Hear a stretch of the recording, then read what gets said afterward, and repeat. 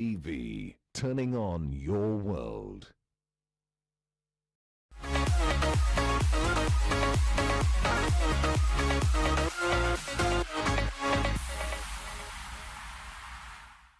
Welcome to another episode of Teasing You Money. My name is Evelyn Oana and I'll be your host for today. So we are going to train bicep, yes, bicep and of course tricep. You want those farm arms to be walking around in your sleeveless and just look good. So I'm going to give you 2 minutes to get out of bed right now because I am ready for you and all fired up for this workout. We're going to throw in a little ab workout. Yes, today I'm in a smaller top for that so that we can be able to have those tight abs as well. All right, I'm going to give you 2 minutes. I'm going to put a timer. Just 1 second. I'm putting a timer. I know you knew I would be here. Meanwhile, if you're still trying to get out of bed, just go to Eval Health and Fitness, EVEAL, Eval Health and Fitness on Instagram or on Facebook and follow our pages. But we are here to you from Teasing You Money. Yes, you can do this at home and we are here to go do this with you. We have 30 seconds left, 30 seconds left, 30 seconds left. So once the 30 seconds is up, we're going to start our warm-up. Are you ready? I'm so ready. Please don't forget your water, keep hydrating, and don't forget your towel. If things are gonna get, a little messy. Yes, because we are ready. We have 5 more seconds. Yes, I can see you bring your water bottles, you bring your chair, you have your setup ready, and there we go. So we're going to start with a warm-up of that 1, 2. If you can't jump, just do that. All right. So we are going to do 20 times 3. Remember, do not feel restricted by the number of sets and the number of repetitions that we give here because we are on the clock. But you can do this for now if you like. So you can double it. 1, 2, 3, go. 1, 2, 3, 4, 5, 6, 7, 8, 9, 10, 11, 12, 13, 14, 15, 16, 17, 18, 19, and of course 20. We have a 30 seconds rest time starting now. A 30 seconds rest time starting now. Walk around. All right, now you're starting to wake up, right? You're really starting to wake up. Remember I said we're going to do bicep? Yeah, I got something. And tricep, this muscle here, and a bit of abs. We have 5 more seconds left. 5 more seconds left. And our time's up. Our time's up. Let's go. 1, 2, 3, and move. 1, 2, 3, 4, 5, 6, 7, 8, 9, 10, 11, 12, 13, 14, 15, 16, 17, 18, 19, and of course 20. Our rest time starts now. Our rest time starts now. That was set number 2. We have 3 sets, I said. So we have 1 more set to go. Walk around. We have 1 more set to go. And I'm starting to feel all awake. 10 more seconds. 10 more seconds to go. Breathe in and out. In and out. There we go, time's up. Let's go for set number 3. 1, 2, 3, move. 1, 2, 3, 4, 5, 6, 7, 8, 9, 10, 11, 12, 13, 14, 15, keep going, 16, 17, 18, 19, and of course, 20. Well done. Well done. Our rest time starts now. Our rest time starts now. Walk around. All right.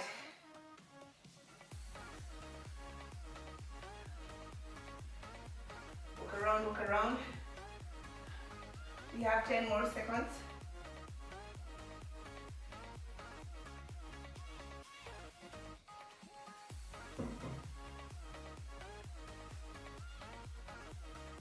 Our time's up.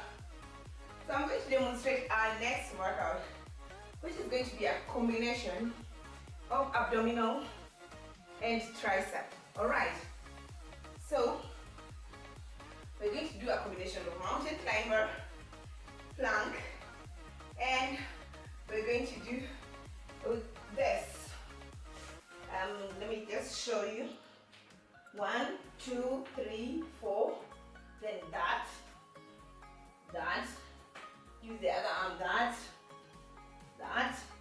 then that.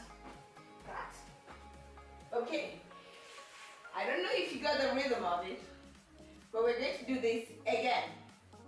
Alright, if you can't do all at the same time, you'll have to do 12, 12, 12.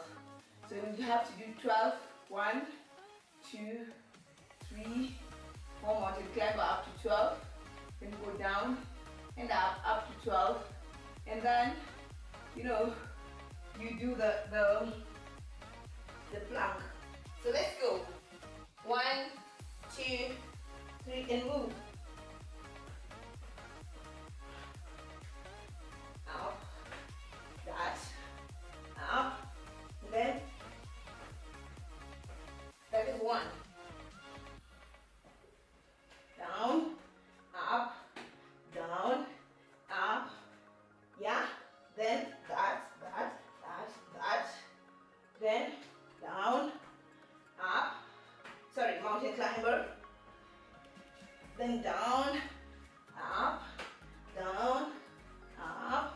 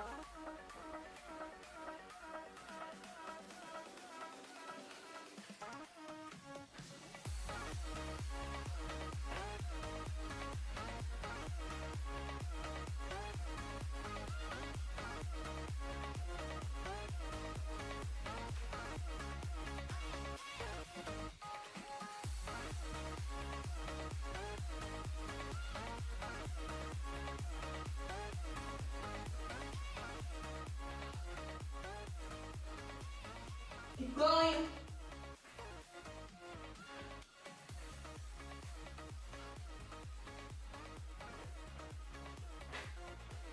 Well done. Well done. So our rest time starts now. Our rest time starts now. You should do that with me. It's challenging. Guys, if you are just watching, it seems easy, but it's quite a bit engaging, including on our quads. So that's why I limited talking towards the half of it, the other half of it.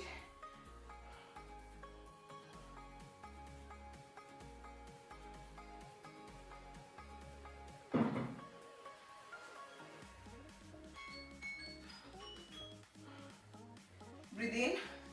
Our rest time's up. Breathe in and out. In down. All right, let's go for the next set. Another set of 8. Another set of 8. So we are here. You go down, up, down, up.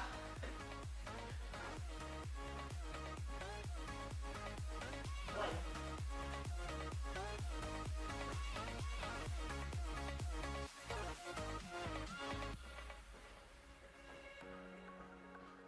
Two.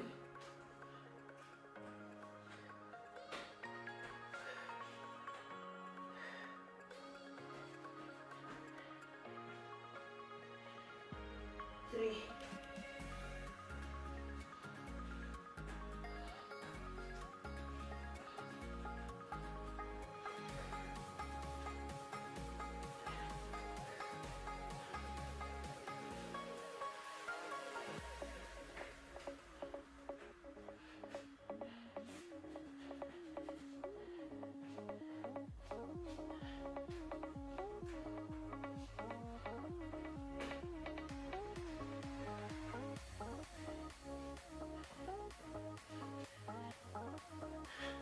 Five.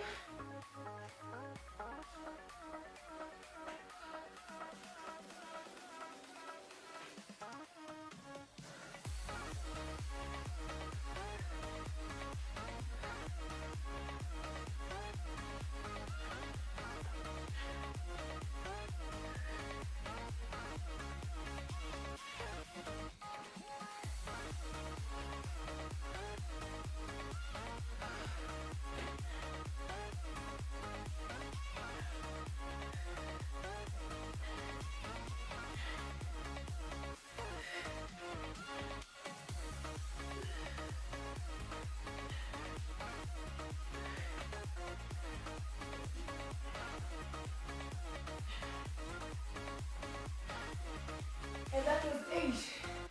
Oh my goodness. Oh my goodness. That is quite something. I don't know if you're feeling how I'm feeling, but how I'm feeling is so intense. That's why the last few repetitions, I just like, everybody's gonna count to 8 when they get to they'll stop. But you're doing an amazing job. Even if you're doing in batches of 4 and then 4 again, you're doing an amazing job. If you can't do 4 and then 4 again, just do 2 times 4. Because exactly, it's not easy. Our rest time's up. Our rest time's up. So we're going for set number 3. We're going for the last set of that workout. 8 repetitions. Yo, if you're like me, you're dripping. Let me just wipe down my sweat. Oh. If you're like me, then now you are dripping. Okay.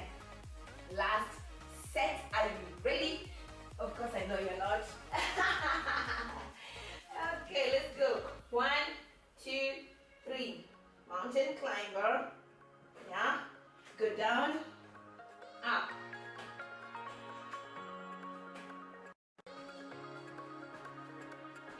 1.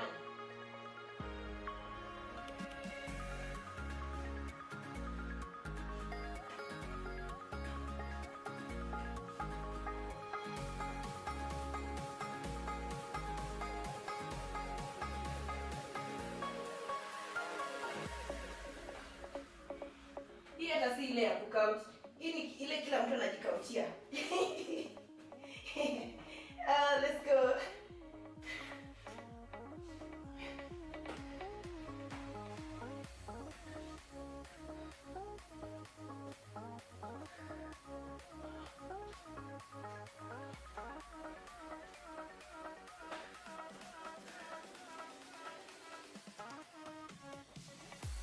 That's 5.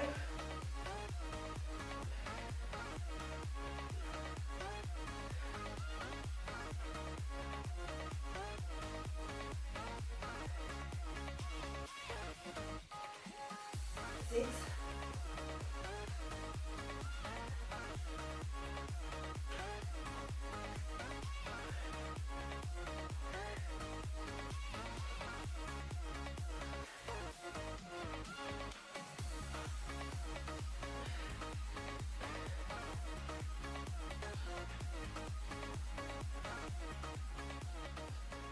And that's 8. If you did that routine with me, clap for yourself because you did an amazing job. Even if you're doing 1, 2 at a time, it's okay because we have to progressively learn how to do it, how to challenge our body. You did an amazing job. Now, we are back to a different workout, but before we do that, we deserve rest and hydration. So, there we go, our 30 seconds rest right now. Drink some water if you have.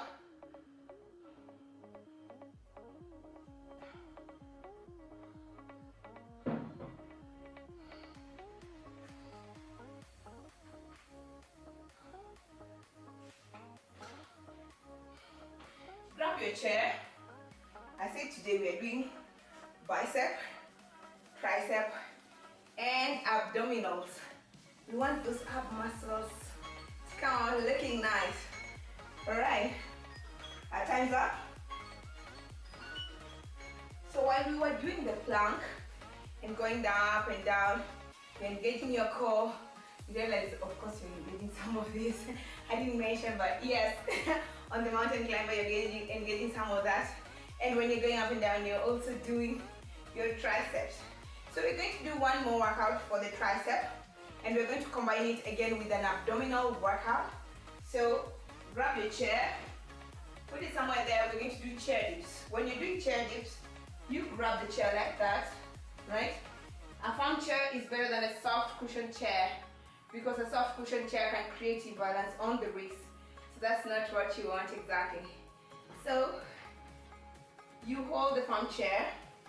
Make sure your arm brings your body weight up. So we are going to do 12 times 3.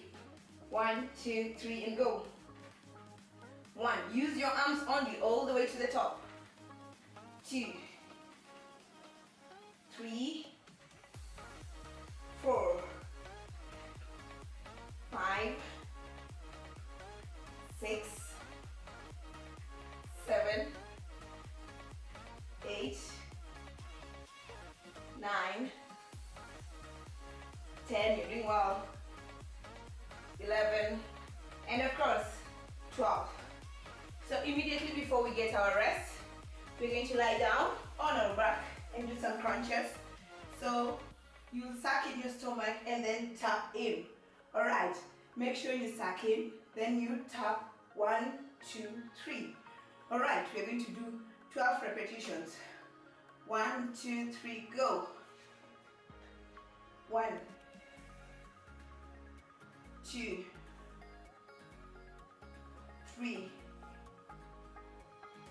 4, 5, 6, 7, 8, 9, 10, 11, 12. Well done. Well done, well done. So our rest time is going to start now. Our rest time starts now.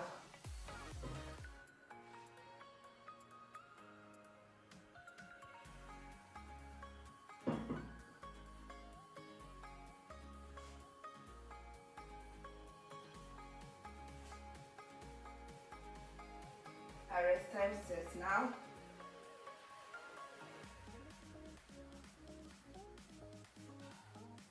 We have 3 more seconds to go.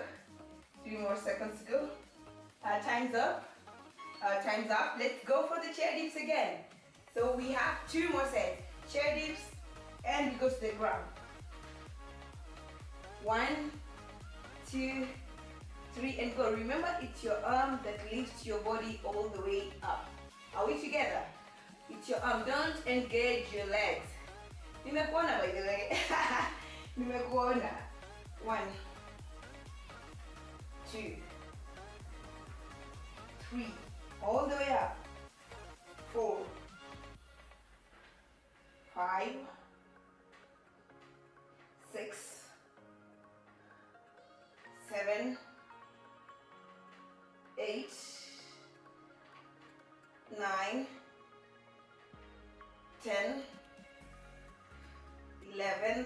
across, one more. 12, well done. Well done, well done. You go to the ground, back to the ground. There we go. Remember to suck in and then crouch and tap your knees. 1, 2, 3, go. 1, 2, 3, 4, 5, 6, 7, 8, 9, 10, 11, take your time, don't be in a hurry. 12, there we go, time's up. Time's up. So we're going to place the rest timer, starting now. 30 seconds, 30 seconds. Walk around, walk around, walk around, walk around. Right.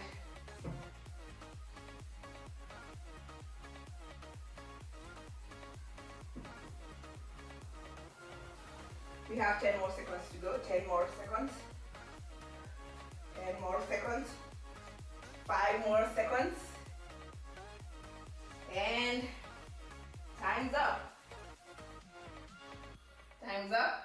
Let's go for the last set. Yes, yes, last set of this workout. Let's do it. Remember to push yourself all the way to the top so that you firm up this. All right. Make sure you push all the way to the top. 1, 2, 3, and go. 1, 2, 3, 4, 5, 6, 7, 8, 9, all the way to the top. 10, 11, 12. Well done. We go to the ground, to the ground, to the ground, to the ground. There we go. 1, 2, 3, and move. 1, 2, 3, 4, 5, 6, 7, 8,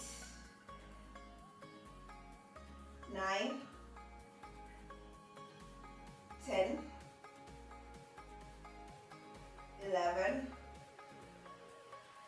and of course 12. Well done, you completed that workout. So we're going to do something for the biceps. We're going to do something for the biceps. This here. So we've been training this and a bit of this. So let's do something for biceps. Let me get us some rest. We earned that 30 seconds. We did earn that 30 seconds. We're going to do hammer curls using our water bottles. These are hammer curls. We're going to do hammer curls. And we're going to combine with bicep curl. The normal bicep curl. So for the hammer curls, I'm going to use 2 of these water bottles. Let me just make sure the leads are secured. Yeah. We have 3 more seconds. Our time's up. Our time's up. All right, let's go. We're going to do 12 repetitions. So 1, 2, 3, and start.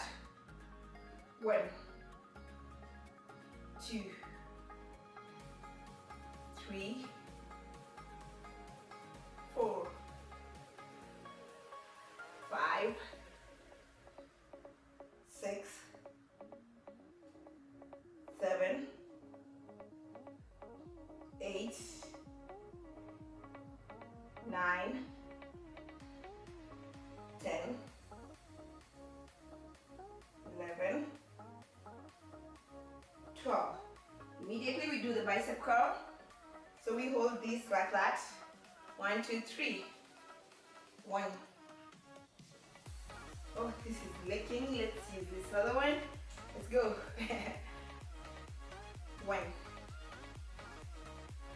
2, 3,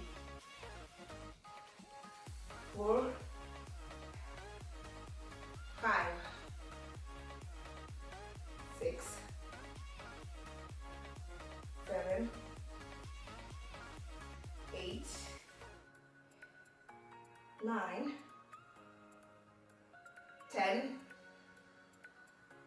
11, and one more. 12. Our rest time starts now. Our rest time starts now. We are almost there. 2 more sets. If you are doing this workout and you'd like to see more, check us on Eval Health and Fitness, EVEAL, on Instagram or on Facebook or on Twitter. Follow us on those pages. You'll be able to see more. So we have 5 more seconds to go. 5 more seconds to go. And there we go. Time's up. Time's up. Let's go for the ham curl again. We have 2 sets left. 1, 2, 3, go. 1, 2, 3, 4, 5, 6, 7, 8, 9, 10, 11, and of course 12. You go for the normal count. Let's go. 1, 2, 3. 1, 2, 3, 4, 5, 6, 7, 8, 9, 10,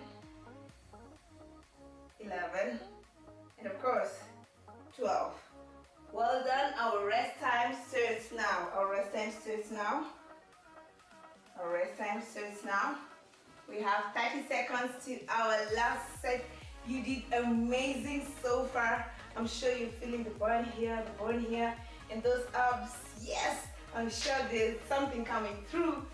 So if you're like me, of course you're sweating and killing this morning because you want to start with new energy, a new day, new energy. There we go. We have there. Time's up. Time's up. Time's up. Last set. Are you ready? Last set. 1, 2, 3, go. 1, 2, 3, 4, 5, 6, 7, 8, 9, 10, 11, 12. All right. 1, 2, 3, go. 1, 2, 3, 4, 5, 6, 7, 8, 9, 10, 11, and one more. 12.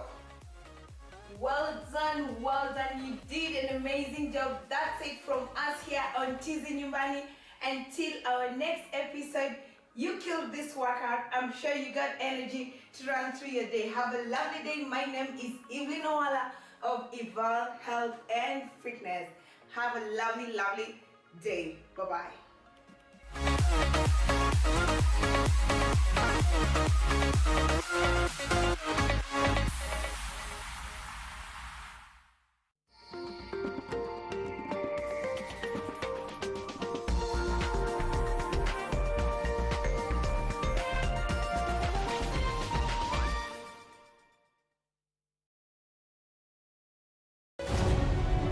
director, you also need to put a lot of consideration when it comes to preventing the spread of the coronavirus, especially here in the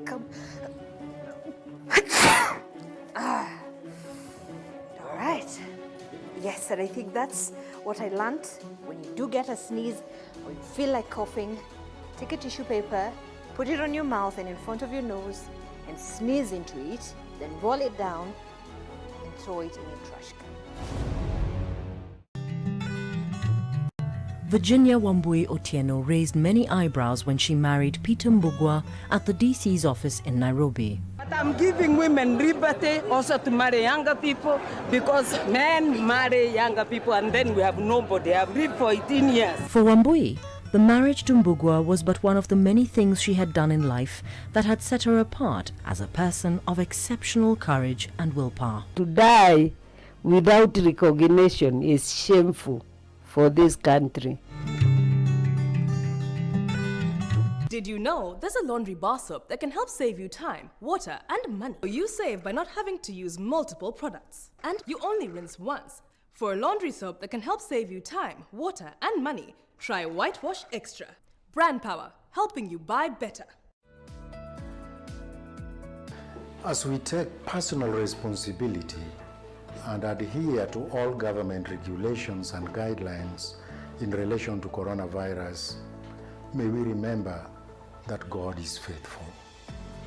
He will not allow us to be pressed, crushed, and perplexed by the epidemic to a point of total destruction. 2 Corinthians chapter 4 verse 9 teaches us that we may be hard pressed on every side, but shall not be crushed. We can be persecuted, but shall not be abandoned. We can be struck down, but shall not be destroyed.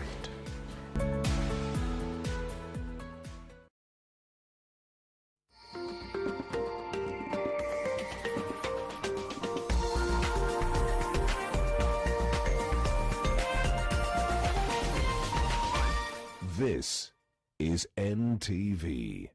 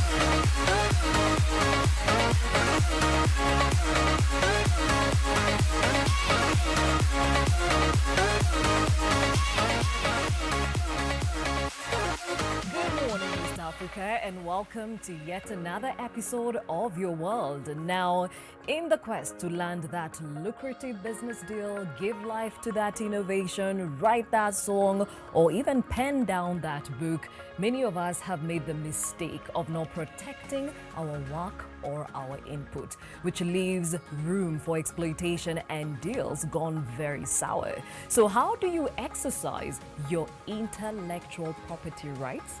We find out today as we hear from personal stories and also engage with experts on the same. My name is Gladys Gachanja, and this is what else you can expect on Your World.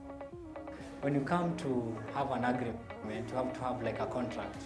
It hit me later when I realized that its resale value was in a mammoth of a figure. And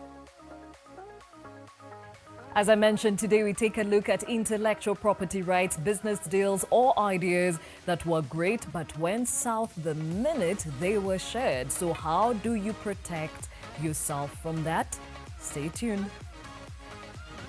penguin numbers have dropped by more than 60% over the past 30 years. Their numbers have dwindled, but environmental experts in South Africa say it has nothing to do with the refueling stations nearby.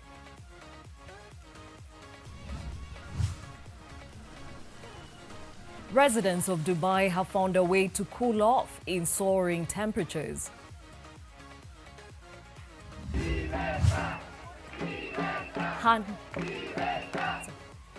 Hundreds of people rallied in Madrid to protest against the mandatory use of face masks and other restrictions.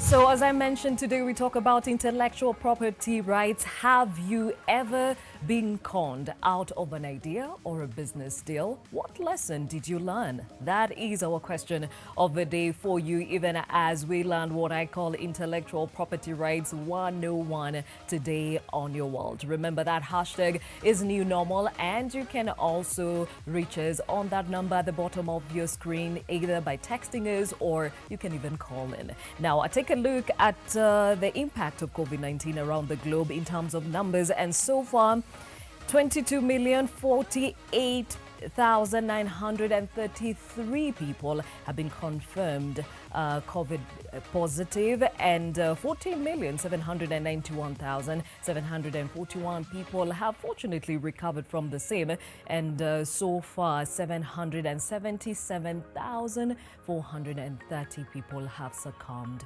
to the same. Now, in Kenya, 30,365 people confirmed to have COVID-19, 17,160 people have recovered, and 482 Kenyans have succumbed to COVID-19. Again, we keep you updated on the same as and when we receive those numbers. But for now, let's take a look at some of the stories making headlines across the globe. And Angola's top court sentences the son of ex-president Jose Eduardo dos Santos to 5 years in prison for diverting oil revenues, making him the highest profile figure in the former regime to face jail for graft.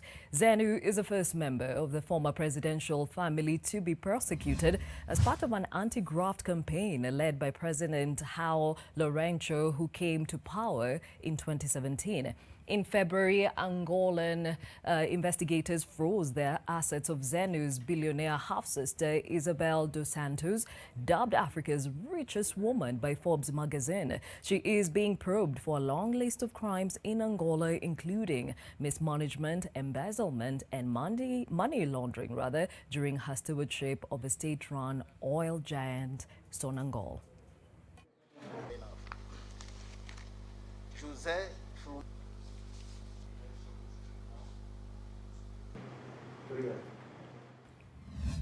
Elsewhere, Namibians react to Germany's offer to pay reparations for the Herero and Nama genocide in 1904 to 1908 after they rejected the gesture as not acceptable as the countries continue talks over the colonial-era massacres. You know, we are talking about human life here, and once human life is lost, there's nothing that anyone can really do about it. There's no amount of money that can repay back a life that has been lost. I don't think the government should be so involved, since the people that were affected really have a team of people that represent them. I think the government should stand there as a stakeholder and whatnot. I feel that it is very important that all the people of Namibia come together. And we are one. We are Namibians, and we must go on together. Back home, Reteti Elephant Sanctuary in northern Kenya is one of few reserves to employ women elephant keepers. Here in East Africa's first community-owned and run elephant sanctuary, workers rescue, rehabilitate and rewild orphaned and abandoned elephant calves. Reteti is the first sanctuary being owned and run in East Africa by the community. And Reteti also is the first sanctuary employ women as elephant keepers, and our community empower women, and that's why we are working with these baby elephants. Reteti is dedicated to the rescue, rehabilitation, and rewilding of orphans back to the wild. When they are at the age of 3 years and 8 months, that's the time now we release them back to the wild. The babies that we get as a result of different reasons, like abandon. It's not easy for an elephant to abandon a baby, but sometimes elephant or baby becomes sick and is not able to walk with the mother, and the mother decides to go and leave the baby behind. The baby suffer starvation and sometimes may be attacked by predators. And when people from the community see this happening, they report to us and we rush and rescue the baby. Some years back, human-wildlife conflict was so much challenging. And now we have mobilized these people not to use harmful instruments to scare these wildlife away. So they just use less harmful instruments. So human-wildlife conflict and poaching have gone down. Power, power.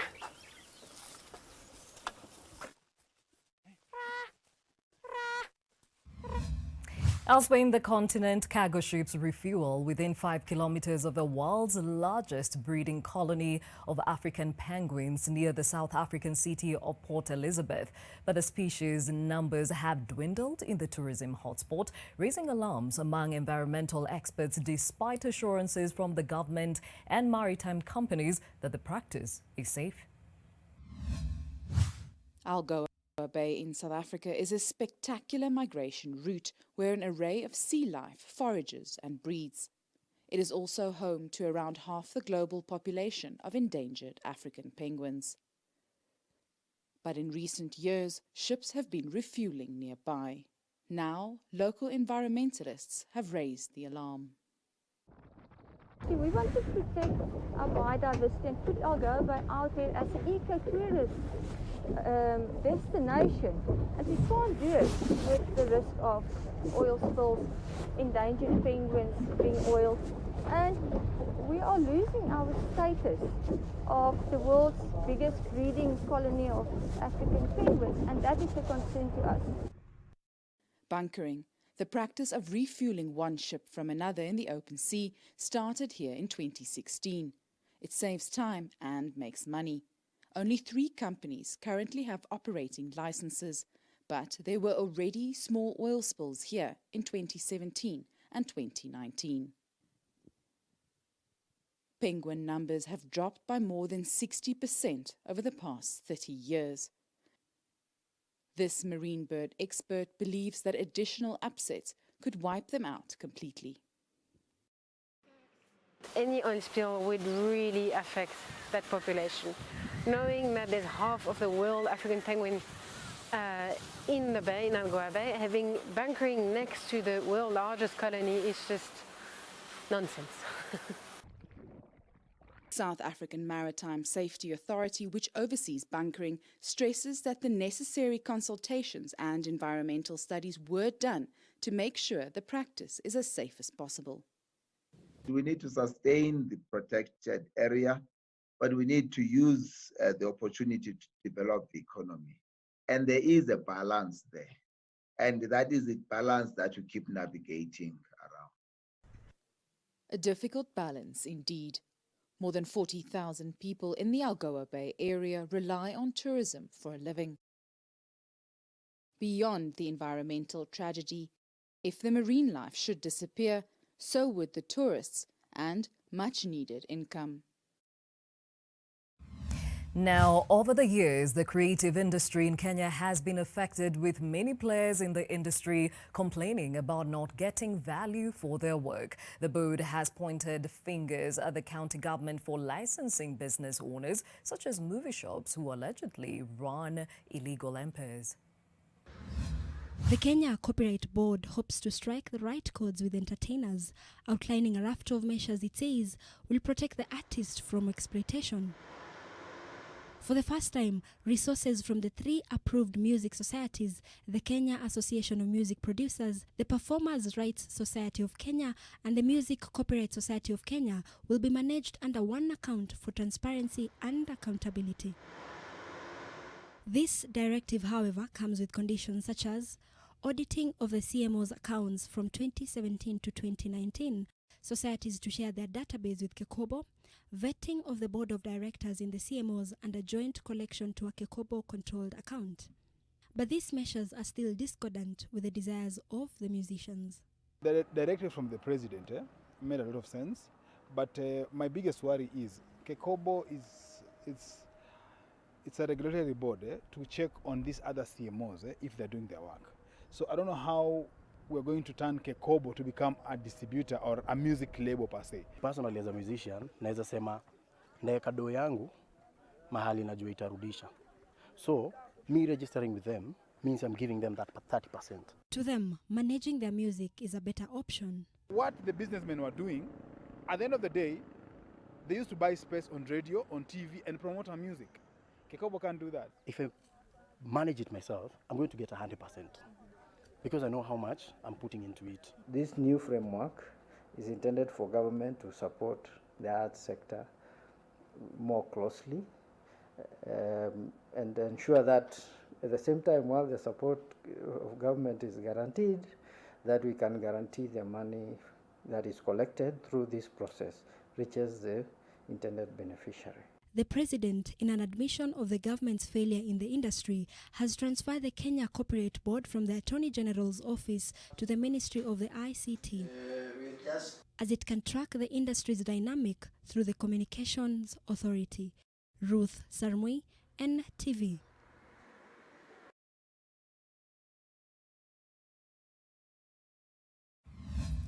And definitely that is a story that shoulders our conversation today, even as we talk about intellectual property rights. And to help us understand this further, in studio with me, we have Liz Lenjo, who is an intellectual property lawyer. We're also joined by Desagu, who is a comedian, and also joining us virtually all the way from Dar es Salaam in Tanzania is Halid.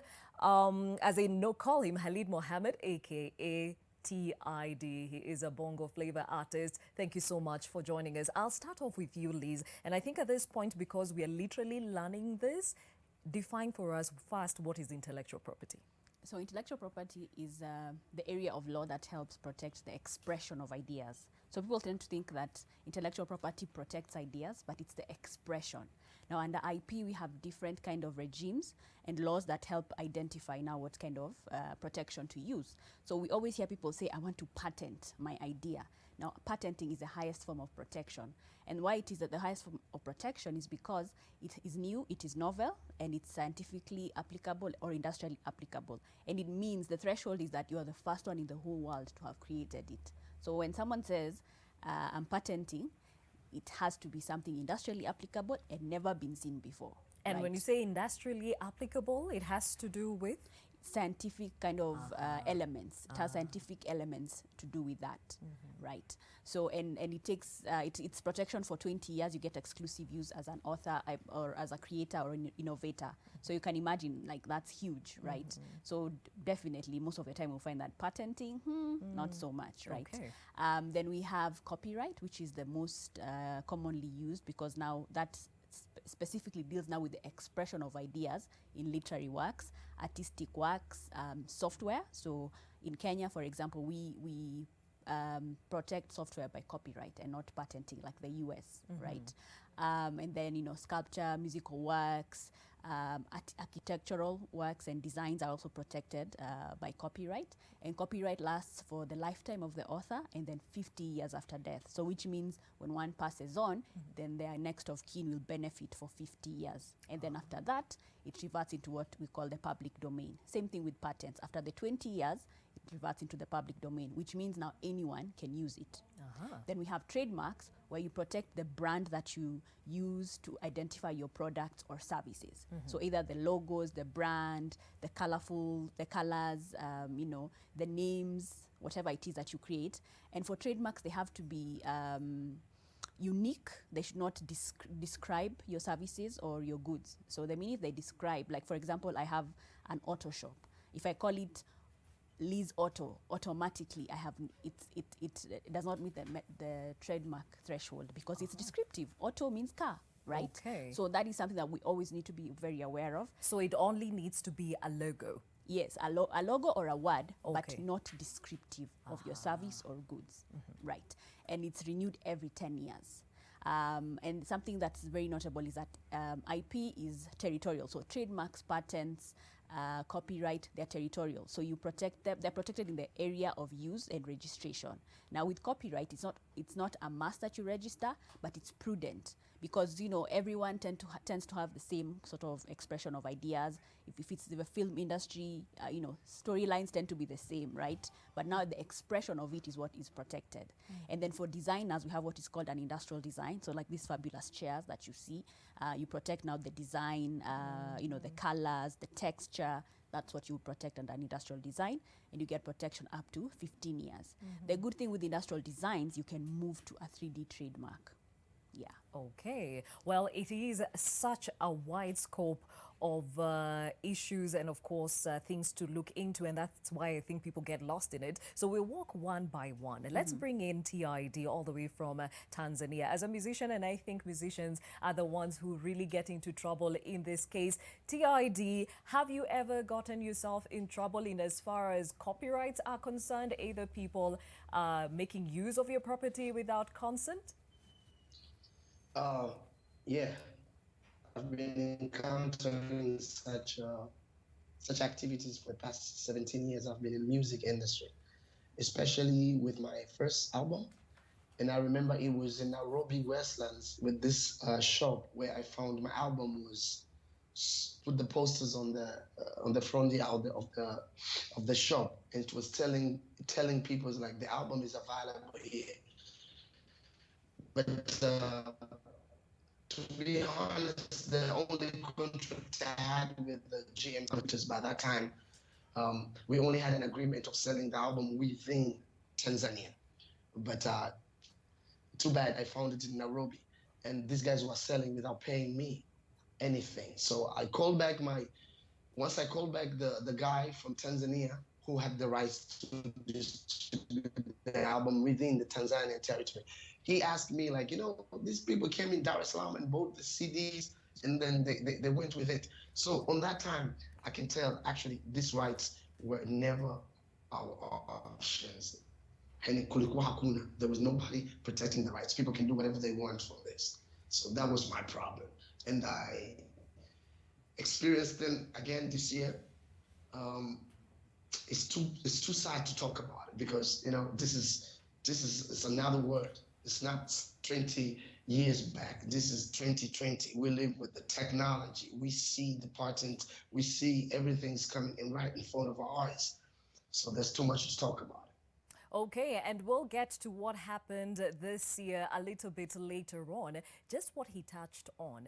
You produce your music, you have an agreement either with the producer or the distributor that it should be done within a certain parameter. Then you hear that it has gone beyond that. Then from that, what do you pursue if that has been breached? Okay, so the thing with intellectual property rights is it's a personal right. So it tends to be up to the rights holder to police their work. That's the word. So in such situations, then like for TID, for example, he's an East African artist. He's phenomenal, right? So then for him, it would be prudent to have representatives, right? So perhaps, engage a publisher who has better presence in the region, so that then they're able to police on his behalf and say, you know what, this is happening in Kenya. Let's move Kenya Copyright Board and assist us to catch the perpetrators and figure out how we are going to compensate him and things like that. But it's something that you have to do yourself, right? It's just like, someone getting trespassing into your shamba, for example. It's up to you to take them to the police, right? It's not the police who will come and say, excuse me, Gladys, is that guy interfering? You have to do it yourself. So that is the challenge. And we see with the music industry as well, there's been that issue of who owns what. So you find that even the artists themselves do not have contracts amongst themselves. So I'll put it simply. TID and say Nameless go into a studio, they write a song together. They need to have what is called a split sheet that will say who owns what. So who wrote in the copyright aspect, who was the composer and who was the author. The composer is the one who came up with the melody, and the author is the one who writes the lyrics. And then you could have a guy called the arranger, or a person called the arranger, who tells you, oh, sing here, ad-lib here, blah, blah, blah. An arranger also has copyright. And again, even him or her has to be factored into the split sheet. And then usually there's a fourth party known as the publisher, who comes by way of a contract. Because a publisher is basically a marketing entity who finds opportunities for this music. So that is how a song will find itself either as a jingle for your world, or it makes some song that features in a movie, for example. The publishers are in charge of that, to find marketing opportunities for them, get the music on digital platforms as well, and then for that work they get a certain percentage from the royalties. So it's always important, also the art of getting a publisher is also very important. You have to do research and figure out, is this publisher worth what they're claiming to be? What is the kind of business model they're going to engage? What can they do for you? They're always told, oh, no, this is a standard publisher agreement. You have to sign, but they're not asking, what is your marketing strategy? What are you going to do for me? What is the budget? Like, you have to see it. If you do not see it, then do not sign that contract. Okay. Right? And for purposes of just clarification, when you talk about an arranger, is that the same as a producer? No.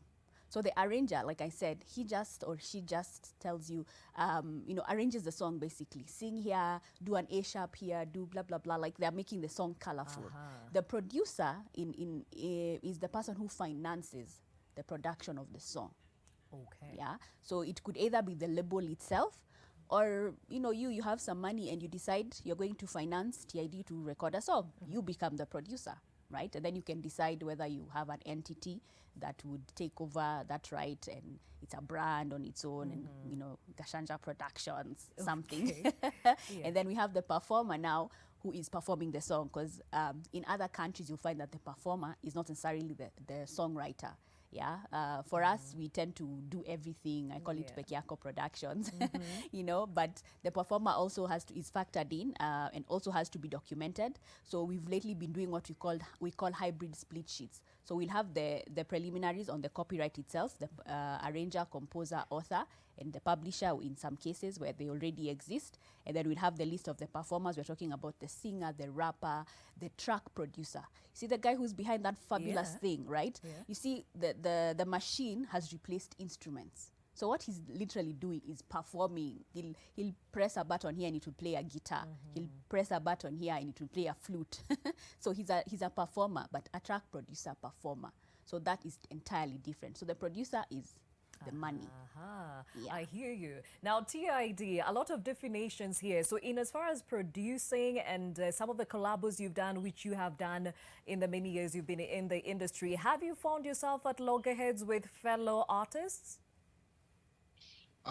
First of all, I would love to thank Miss Liz for all this information. First of all, in Tanzania, maybe let me say here, or how we work, we definitely see a producer is like the main guy. Producer right here in Tanzania is the person who sits behind the desk. As she said, the person who pressed the button, wants to hear flute, wants to hear saxophone. That's what we call a producer, which is not real.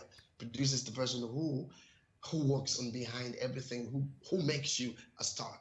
So in that case, a collaboration down here works in a different way. For instance, if I want to do a collab with a person like Jukes in Tanzania, I will ask Juice, definitely first call him, contact him, and sending him a song which I just composed. It works very different down here. You can be a singer, you can be a songwriter, you can be an arranger yourself, you can be a producer. It's different. It's quite hectic down here. That's why we really miss the main point. So if I want to work with Jukes, I will call Jukes, send him the track. Jukes will listen to the track, and he will agree to work with me. That's what happens. And at the next time, Jukes will leave all the rights to me. What I will do is upload the song to YouTube, sell the song to the copyright owner, do all these things. So it works very different down here. I really don't know why, but it's really killing the industry. Okay, interesting perspective. Now, Liz, you have a scope of how the laws work, at least in the region. He talks about it working differently in East Africa, or rather in his country. Is that the case in all the countries in East Africa? I think it's because for the longest time, the music industry was more of a hobby, right? So then you'd find yourself, or we meet, we're like, oh, Gladys, I have a song, yay, let's do it, right? So there was a lot of gentlemanly agreements, approach, and whatnot, because people had not thought about, oh, there's a Copyright Act somewhere, there's a copyright law across the world in how even generally we handle the music industry. So then you find that because of those gentleman agreements and those nuances, they've kind of changed how we are supposed to run things. And now that's why we are constantly now talking more about, how you're supposed to do things, because how the music industry works is universal, and even how the law works is universal. So that's why we need now more artists to understand, so that then it's fine. You can be the composer, the author, the arranger. It's now, that split sheet is all yours. And then you figure out, you walk into my production house and I tell you, I want 50,000. You should ask me, what is the 50,000 for? So that then we are clear about whether it's studio time you're paid for or whether it's for you to own the master right. So that then you become the producer, right? So people are not having those conversations, and this kind of agreement has to be in writing, because in the absence of a written agreement, then it's mine. Right? In the absence of any agreement in copyright, the author, has the copyrights. So even in work for hire agreements, you come, you tell me, Liz, I want you to do this for me, and I'm paying you 500,000, right? But if you do not give me a contract, I can always say it's mine, because there's no contract. It's just like how you buy land, you need a title. So, everything works the same. It's just that now we need to be more professional in terms of how we approach. And you see now, as the Western world is coming into Africa, they're coming to East Africa. We've seen so many publishers now, they're trying to get into East Africa, into Kenya. It's very important then we put our ducks in a row, because if our ducks are not in a row, you get a raw deal, right? And then 5 years down the line, 2 years down the line, artists are crying and they're like, oh, I thought these guys are our saviors. They're supposed to help me get to the next level. It's because you don't understand. And if you look at the Western artists as well, it's been happening as old as TLC, and they did a movie.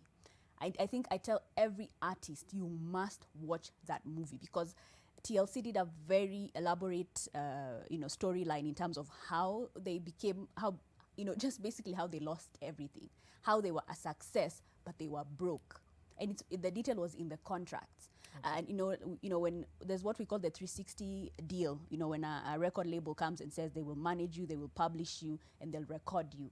So that means all your eggs are in one basket. Okay, let me stop you at that point, because we'll talk about revenue sharing later on. Let me bring in Brian Ndegwa, who is an innovator, because when you talk about intellectual property rights, it touches on so many facets. Brian, you actually innovated an app that has been used in the health sector. Tell us more. Yeah, so my app was called Rona, and it was used to. In the beginning, it was a bot that used to demystify the myths in coronavirus, and much later I developed a feature that would allow the users to do a self-diagnosis on the same platform, and then I also came up with an analytics platform that visualized the COVID-19 infection rates per county instead of per country. It used to, I specialized it in Kenya, and it visualized the analytics per county. Yeah. Okay, and how long ago did you do this? Just when the pandemic started, or it's something that you'd been working on and you got the opportunity now that the pandemic came Yeah, along? so by March 28th is when I finished building it. I took around 1 to 2 weeks to build it, and by March 28th I built it. I had built it, and by March 30th I released it to the public. And Okay. since then I've been just upgrading it. Okay, when you say you released it to the public, on what forum? Yeah, I hosted it on rona.co.ke, and now the whole public could anyone could use it with that. Whoever had that link could access it and take the self-diagnosis feature, and also ask it questions, the myths around coronavirus, and it responds with the right information. Since that time we were seeing a lot of myths spreading around on WhatsApp. So you could simply ask it a question, maybe is coronavirus caused by 5G, and it tells you why it's not, or why it's caused by 5G. Yeah. Okay, and have you been compensated for the same? Have you gotten any money out of your idea? No, the only communication we made was a phone call with the Ministry of Health. I think it was some guys at Afya Center or something. And then I was told to send an email to pshealth@gmail.com. I did so with a document attached for a proposal for partnership. And then there was also another hackathon called Konza Hackathon that was announced in a different station by the CS of ICT. And the Rona had also been recognized by some newspapers, and Konza had also been retweeting my tweets about the progress of the app.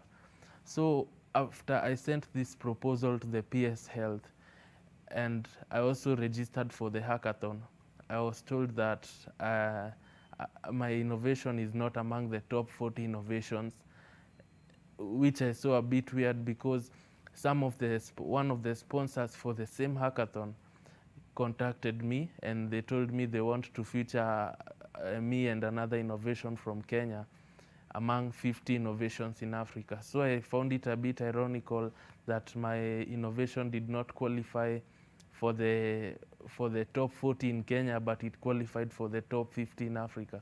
You see some contrast there. So since then, my fellow campus mates tried to rant on Twitter and Facebook using the hashtag Justice for Ndegwa, but there is nothing much we can do because it's the government. So later, that's when I realized the motive for disqualifying me from Konza. When that same week, they released a bot called, I don't know, it was called MOH bot, that used to diagnose coronavirus the same way mine did. But when I tried interacting with it, I saw it had some flaws here and there, and that's what gave me hope, actually. And I realized, even if they try to copy, the best thing is just build something that no one can copy, and do something, give it your all, and no one will be able to copy it. Yeah. Okay. So I added more features. Yeah. All right, so it has been a journey for him, and just listening to him as a layman, I can see where the problem was. Just break it down for us. He had a good idea, then he tested it, it was good to go, he released it into the public. What should he have done before he did that? So I think the first thing he should have done is register the copyright to the original software, and then register the trademark to Rona, and then figure out a strategy. Because the challenge with especially software is, in IP law, it's not illegal to reverse engineer, right? Because even with patents, there's what we call the disclosure stage, and the whole world will know what it is Gladys has invented and what it is that you're claiming to be novel and new, right? So it's the same thing with even copyright, with software. I just tell you, oh, I'm planning an app and I want to do a mapping of blah, blah, blah. That's enough for someone else to try and do the same thing, right? Because again, like I said, copyright protects the expression of the ideas. That's why the MOH bot was totally different than what he has created, right? It could be similar. It could be similar, but not different. exactly the same. Not exactly the same. Okay. It's just the idea, the concept. Ideas and concepts are not subject to copyright laws or IP law. You do not protect an idea, you do not protect a concept. They are raw. You can have an idea, I can have an idea, we can have the same ideas, right? So for him, it's more about strategy, right? So, and in such situations, it's always prudent for any inventor, any software developer to have an IP lawyer who can help them also figure out a strategy, the best strategy, so that then they can also get some returns. And in this particular situation, especially when you're dealing with the government, you need to be very careful and strategic. You know, just by simply even sending a proposal, you could give too much, right? And it may be possible that his proposal gave away too much and they were like, we can do this, you know.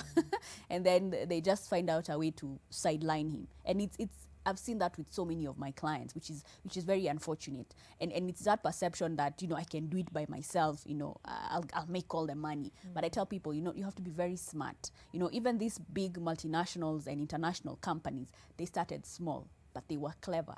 You know, I ask people, have you asked yourself the success to Coca-Cola, right? This is a company that started in the 1900s, and to date, you and I don't know what's in Coca-Cola, right?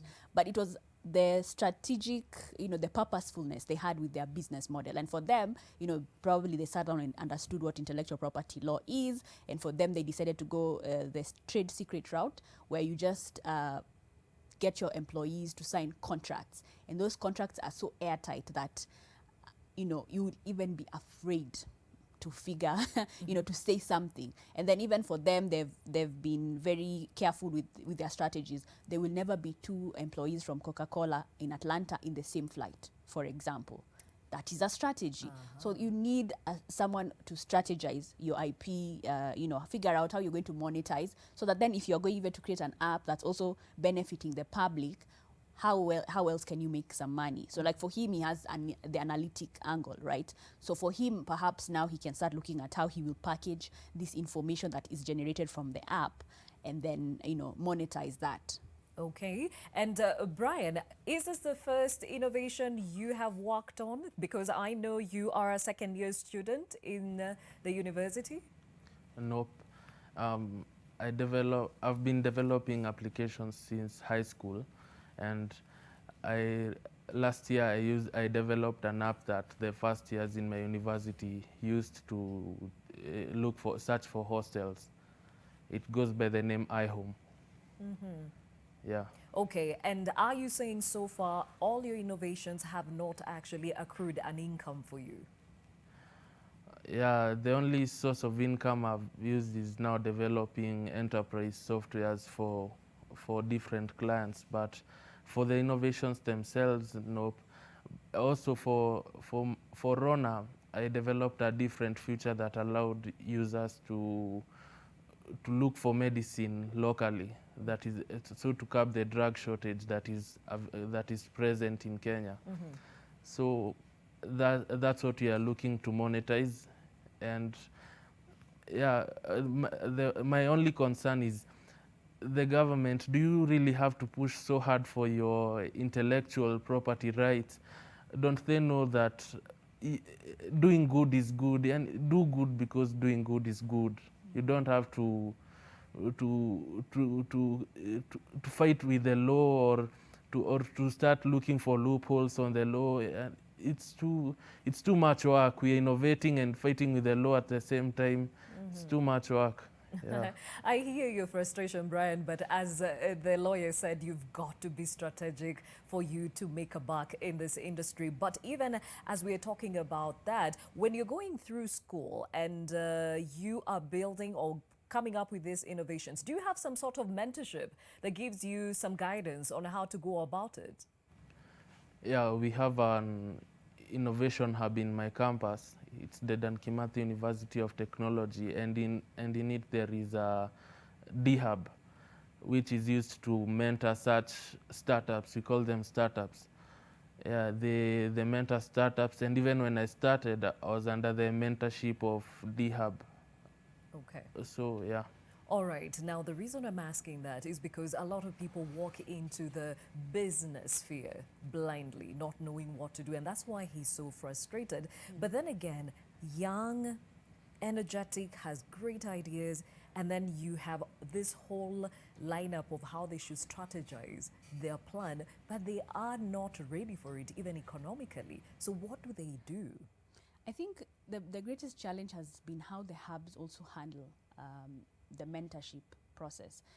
They focus a lot on the marketing, on the product development, but legal tends to always be the last thing they think about. And I speak from experience because I've done so many of these entrepreneurship trainings, and my lecture tends to always be the last. So I always laugh about it. I'm like, because how do you create a product without knowing the laws behind it, so that then you also make head and tail of what you're trying to do, right? And once they have the legal sphere in the hub, then it becomes much easier, because what we also get to do is understand where the innovator is as a student and figure out the small gains and how they can build from the small gains to the big gains, right? So like, for example, this app he created for getting hostels. I mean, that should not have been difficult for him to monetize. Already I could see how he could have done it. And there would have been an opportunity of either subscribership for fellow campus students, 20 shillings, just 20 shillings per month or something like that. Already that's money for him. Then figuring out how he's going to target products that are targeting campus students, right? Those are that's advertising revenue in itself. So, it's just those small things. And then once you figure that out, then you're able to sit down now with someone in marketing to be able to help you put together like a proposal for the marketing department for, I don't know, EABL or something, or NTV, and figure that out. It shouldn't be hard, because what you need to do is figure out what is the value add, right? So it's just those small things. It's not a complicated situation. It's just about understanding the situation, and then that strategy will play in terms of the situation you're looking at, or the client that you're looking at, or the innovator. Okay. All right. And of course, copyright infringement and let's just say intellectual property right infringement also happens within the circles of comedy. And we're joined by Desagu, who is an online content creator and one group of people who are very easily susceptible to being victims of fraud, conned off their hard-earned coin, paid less for their talent, and or not at all. Speaking of talent, here is Desagu, who is a beloved star on the web.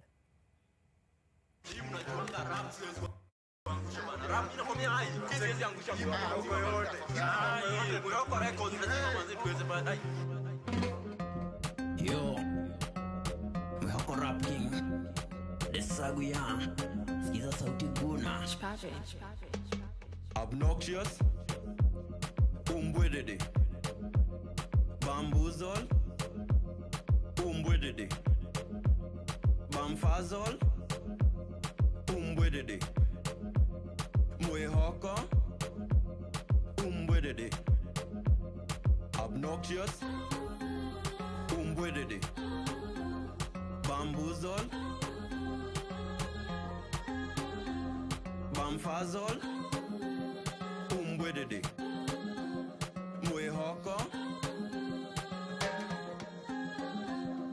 obnoxious umbwedede poliwobos umbwedede katiwampas umbwedede Desagu umbwedede obnoxious umbwedede poliwobos umbwedede. Desagu, your business is to make people laugh, and that has at one time made you cry. Tell us about your experiences. I think it's amazing. Actually, right now, I'm not just a comedian. I'm also a rapper who woke up very early today because of you.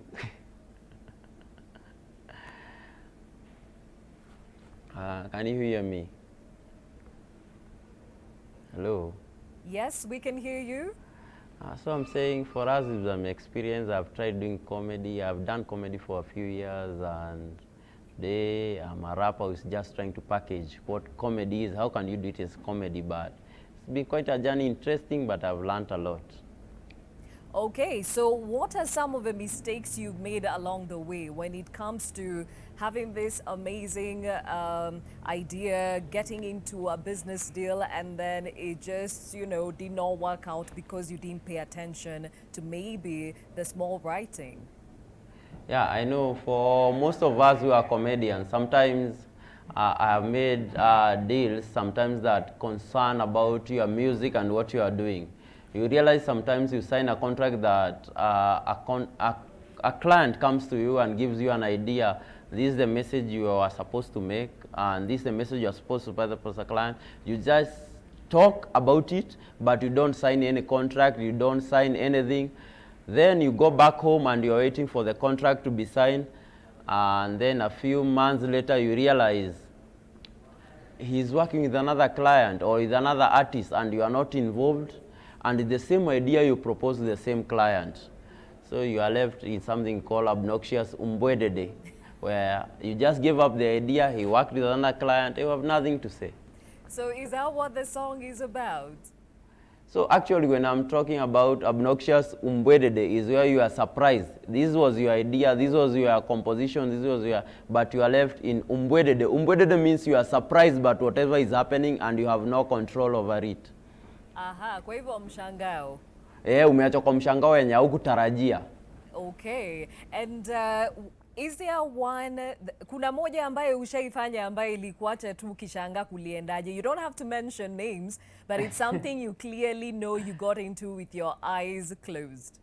Yeah, so there is this one case where somebody notices, for most of us we do online entertainment.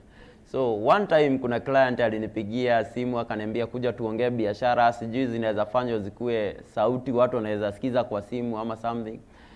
So but mimi nikajitolea, mimi ndio ninalipa. Unajua ile time unalipa mpaka Uber, unalipa gari, unakutana na yeye ofisi.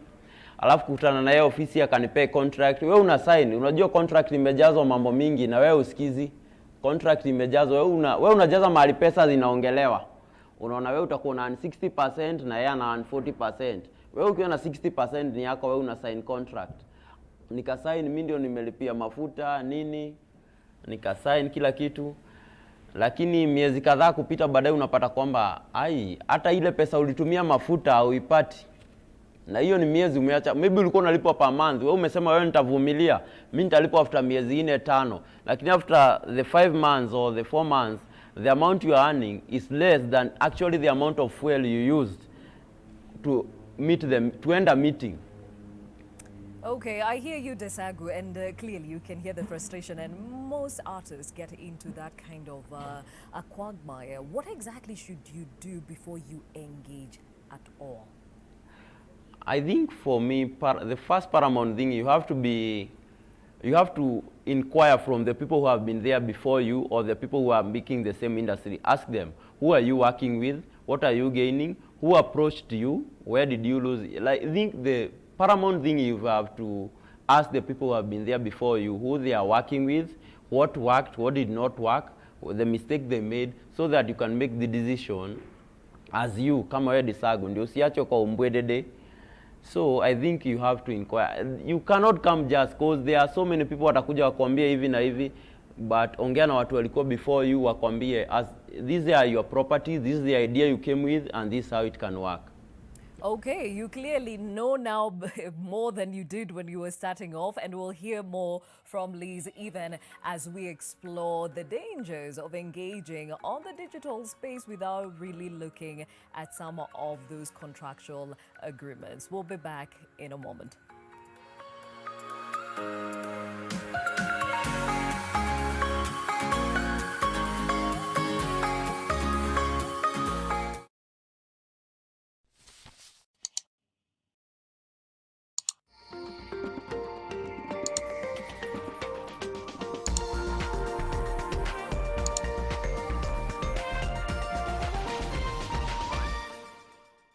Get free access to digital learning today. For primary and secondary students, one can now access learning and revision materials that has been approved by KICD. Dial *291# and subscribe to Safaricom Digital Learning and Shupavu 291 today.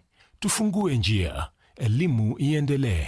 Home-based isolation and care guidelines for ill people. Stay at home. Do not attend work, school, or go to public places. Rest, drink plenty of fluids, and eat nutritious food. Clean hands frequently with soap and water or with alcohol-based hand rub. If the patient's situation worsens, call 719 for an ambulance. For further information on the guidelines, check the Ministry of Health website www.health.go.ke. Komesha Corona, Okoa Maisha. Nearly 1 in 3 children across Kenya do not have the proper nutrition to grow. But when you buy a bar of Cadbury Dairy Milk chocolate, you can help change the story. That's because we will use part of the proceeds to donate milk to less fortunate children across our beautiful country. Let us come together and show the generous spirit that is inside of all of us. Cadbury Dairy Milk. There's a glass and a half in everyone.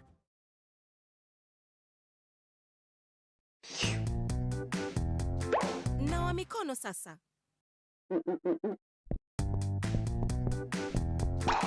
Nawa mikono sasa. Nawa mikono sasa. Nawa mikono sasa. Unawajua mikono ni mojawapo ya njia bora zaidi ya kukukinga dhidi ya magonjwa na ya kukufanya uwe na afya kwa mwaka mzima. As we take personal responsibility and adhere to all government regulations and guidelines in relation to coronavirus, may we remember that God is faithful. He will not allow us to be pressed, crushed, and perplexed by the epidemic to a point of total destruction. 2 Corinthians chapter 4 verse 9 teaches us that we may be hard pressed on every side, but shall not be crushed. We can be persecuted, but shall not be abandoned. We can be struck down, but shall not be destroyed.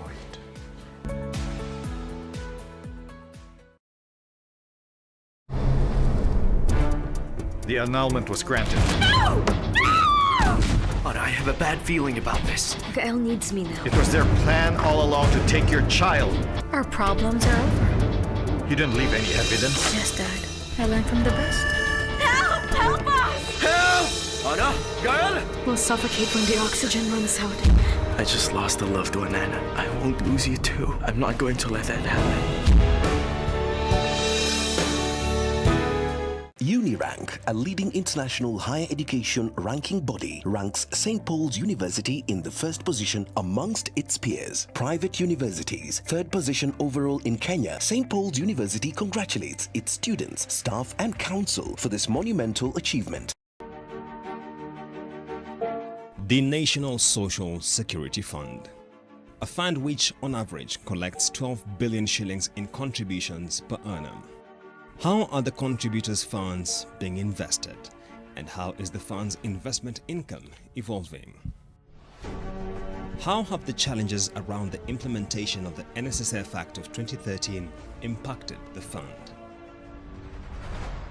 This Tuesday, Business Redefined hosts the CEO and Managing Trustee of NSSF, Dr. Anthony Omerikwa, for a discussion on this.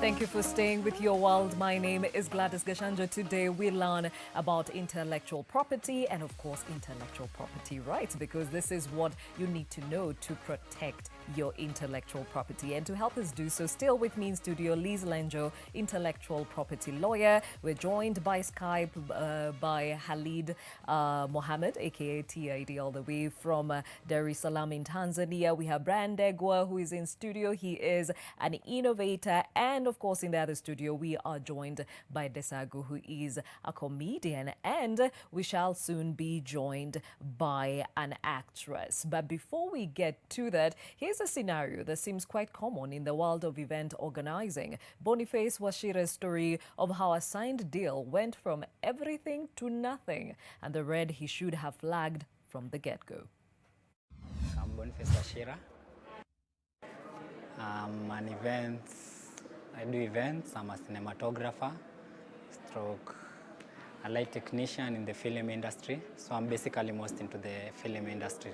I guess it was late in 2018. It's on the month of September. It was on a Thursday. We pitched for an idea. It's supposed to happen in a club at night. So you have to bring this new theme. We go into an agreement with the manager at that time, at that specific spot. So because we have to talk to people, talk to your DJ, make everything work, because it's a new idea we're trying to bring to the club space. So we go, we talk, we bring the idea. At first, they are so easy. We can try it out, because the Thursday nights there, they were not working so well. We bring this new idea, they embrace it, we agree on the amount of money. Now, when you come to have an agreement, you have to have like a contract. So basically, you have to draft a simple contract. Then, the only problem I think we made at that time is we sent the contract via mail. So nobody signed the contract. That day before the event, we were told the manager is not there, but you can run the event. Eventually, you'll get paid. Now you are going to ask for down payment, and then they say they don't have the contract because the one who's supposed to have forwarded the contract didn't do so. See where the problem number one is. Now we are like, should we cancel? You can't cancel because something I'm planning for some time.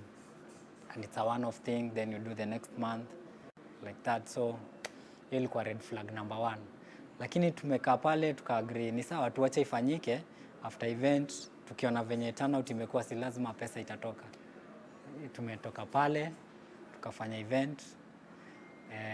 Hiyo asubuhi venye ilienda kufika, kwenda kuitisha pesa, ikakuwa the one ulisign contract mpaka arudi. So you see, you have to make those back and forth calls. Yeah, anasema, yeah, the contract is there. I gave them the contract. Au said, anasema, we haven't seen any contract. So we have to go back the next day when, like after 2 days after the manager may come. Manager could come, so they have talked with the management. It's like, this contract is not signed, so it's not liable anywhere. So unaona, at the end, even the order ilienda. Because tulijaribu kufikia, hata kwa legal procedures inasema hii contract hakuna agreement, because they have to have both signatures. Kuna signature moja. I would have done my homework so well that I will make sure the contract was signed both ways, and also it had been pushed to till the end, to the last owner, the decision maker, so that it comes from the point where it's from the management to the directors. They know this thing is happening, because it might have been like a management problem. Maybe he was making the deal so that he can have his own cut. A very unfortunate scenario there, but it happens a lot of times. So before we went to break, the comedian Desagu talked about the contractual agreements. Again, we've heard it from the event planner. Clearly, we need to pay more attention to these contracts, right? Exactly. So, and I have to say something. Desagu said he gave an idea to some person, and then the next thing they've moved on. He says the same thing. Initially, he was, giving an idea, and you see, because he brought that idea, he felt like, I have to carry it through. And the dangers with because like I said, copyright protects the expression and not the ideas and the concepts. Now, in this particular situation, you need to employ what we call a non-disclosure agreement. right? So I'm coming to you, you have a club, and you've called me and you've said, oh, Liz, I want you to come up with something, right? And I know my worth, and I know that I've been coming up with interesting ideas and concepts for parties or events, right? This is more of proprietary information because it has value. It will have financial value to you. So what I need now in this instance is an NDA where I tell you, Gladys, before I tell you all my ideas and my concepts, I need you to sign this non-disclosure agreement, which locks you from using all this information and all this research I've put together without me. And if you do it, if you use it without me, you will pay me. Yeah. So an NDA has to be drafted by a lawyer, and it has to be signed before the meeting because that is how you also gauge the honesty of this party you're going to contract with. The problem with Kenyans, we do not know how to walk away. We see the red flags from the beginning, but we don't walk away, you know? So, because we're always like, you know, atangia box, blah, blah, blah. That is the mistake we make. And we've seen for him, for example, the event manager, that was his situation. The fact that now there was that run around, a contract hours to the event, they could have downed their tools. That contract would have come. But it's interesting because he even said you've come so close, you also don't want to lose the money that you see this project is worth. So you're caught up with the desperate need to make a buck. And then now you forget all the things you should protect yourself with, right? Yeah, and you see in this particular instance, he forgets who is making the buck first. It's this particular club. It's not even him, right? So he should have, you know, played hardball. And I tell guys, play hardball with your art. Play hardball with your assets. Because as long as there will always be this warrior mentality, oh, you know, I'm broke, you know, you're carrying yourself like you're broke. So even these people you employ, you're working with, all these corporates you're working with, they'll always be like, they need us. I have seen clients, even, you know, at the last minute to an event, a corporate sponsor is like, no, we're going to give you 20%. Can you imagine? And like one instance, we had to fight it out. We eventually got paid. The client got paid, but you know, we realized that even corporates themselves need to start respecting the arts. Okay, and in his case, especially the event manager said there was a contract, but he did not sign it. Yeah. Who does that? I know it's a very common practice, but I always want to remind artists that even though a contract hasn't been signed, there is still a contract. In law, as long as there's already an offer and an acceptance, there is a contract. And what this basically means is that you've told me, Liz, I want you to do to make for me a chair. I'm going to pay you 100K. I start making the chair. Already I've made an acceptance by conduct, and I've started working on it. So already we have a contract. I'm just waiting for you to pay. So regardless of you having put it in writing, there's a contract, and it's something we can take to court. So whether or not it's signed? Yes. So all I need to do is just make sure that I have some sort of paper trail or document trail. It can be SMSs. So what I do is I just always make sure that you are also saying something in writing. You know, send me a text and say, hi Liz, I needed this chair, it needed to be color yellow. You see, already that's enough. And I say, okay, oh, I need fabric, it costs 5,000. Oh, and remember, you owe me 10K for deposit for my labor, and there's 50K that you'll pay me at the end or in 2 months. You know, just those two small things are enough, because what you need is just that evidence trail. So regardless of there being a contract, those emails, those texts, those WhatsApps, they work. Now, I always tell guys again, you're changing your phone, please make sure you back up. That's the other thing, because you find, you know, a client did not have a contract, and then they're like, oh, I changed phones, I've lost all my trail. Like, okay. Now there things become difficult, because then I have nothing. I have no emails, I have no texts. So now it's a more of he said, she said kind of situation. Yeah. And then in such situations, just tell the client, let me not waste your time, just be smart. The next time, please be smart. Okay, TID, of course, as a musician, a lot of events, concerts, and other events that you engage in. Have you ever found yourself at loggerheads with organizers in as far as payment and revenue sharing? Yeah, it happens to me a lot that I cannot even explain each event. But yeah, it's a very sad story. It happened to me once in London. We were having a concert back in 2014. It was me performing in London with a fellow artist from Kenya. They call him Jaguar. I hope everybody knows Jaguar. Me and Jaguar were supposed to perform in central London, and the concert went fantastic.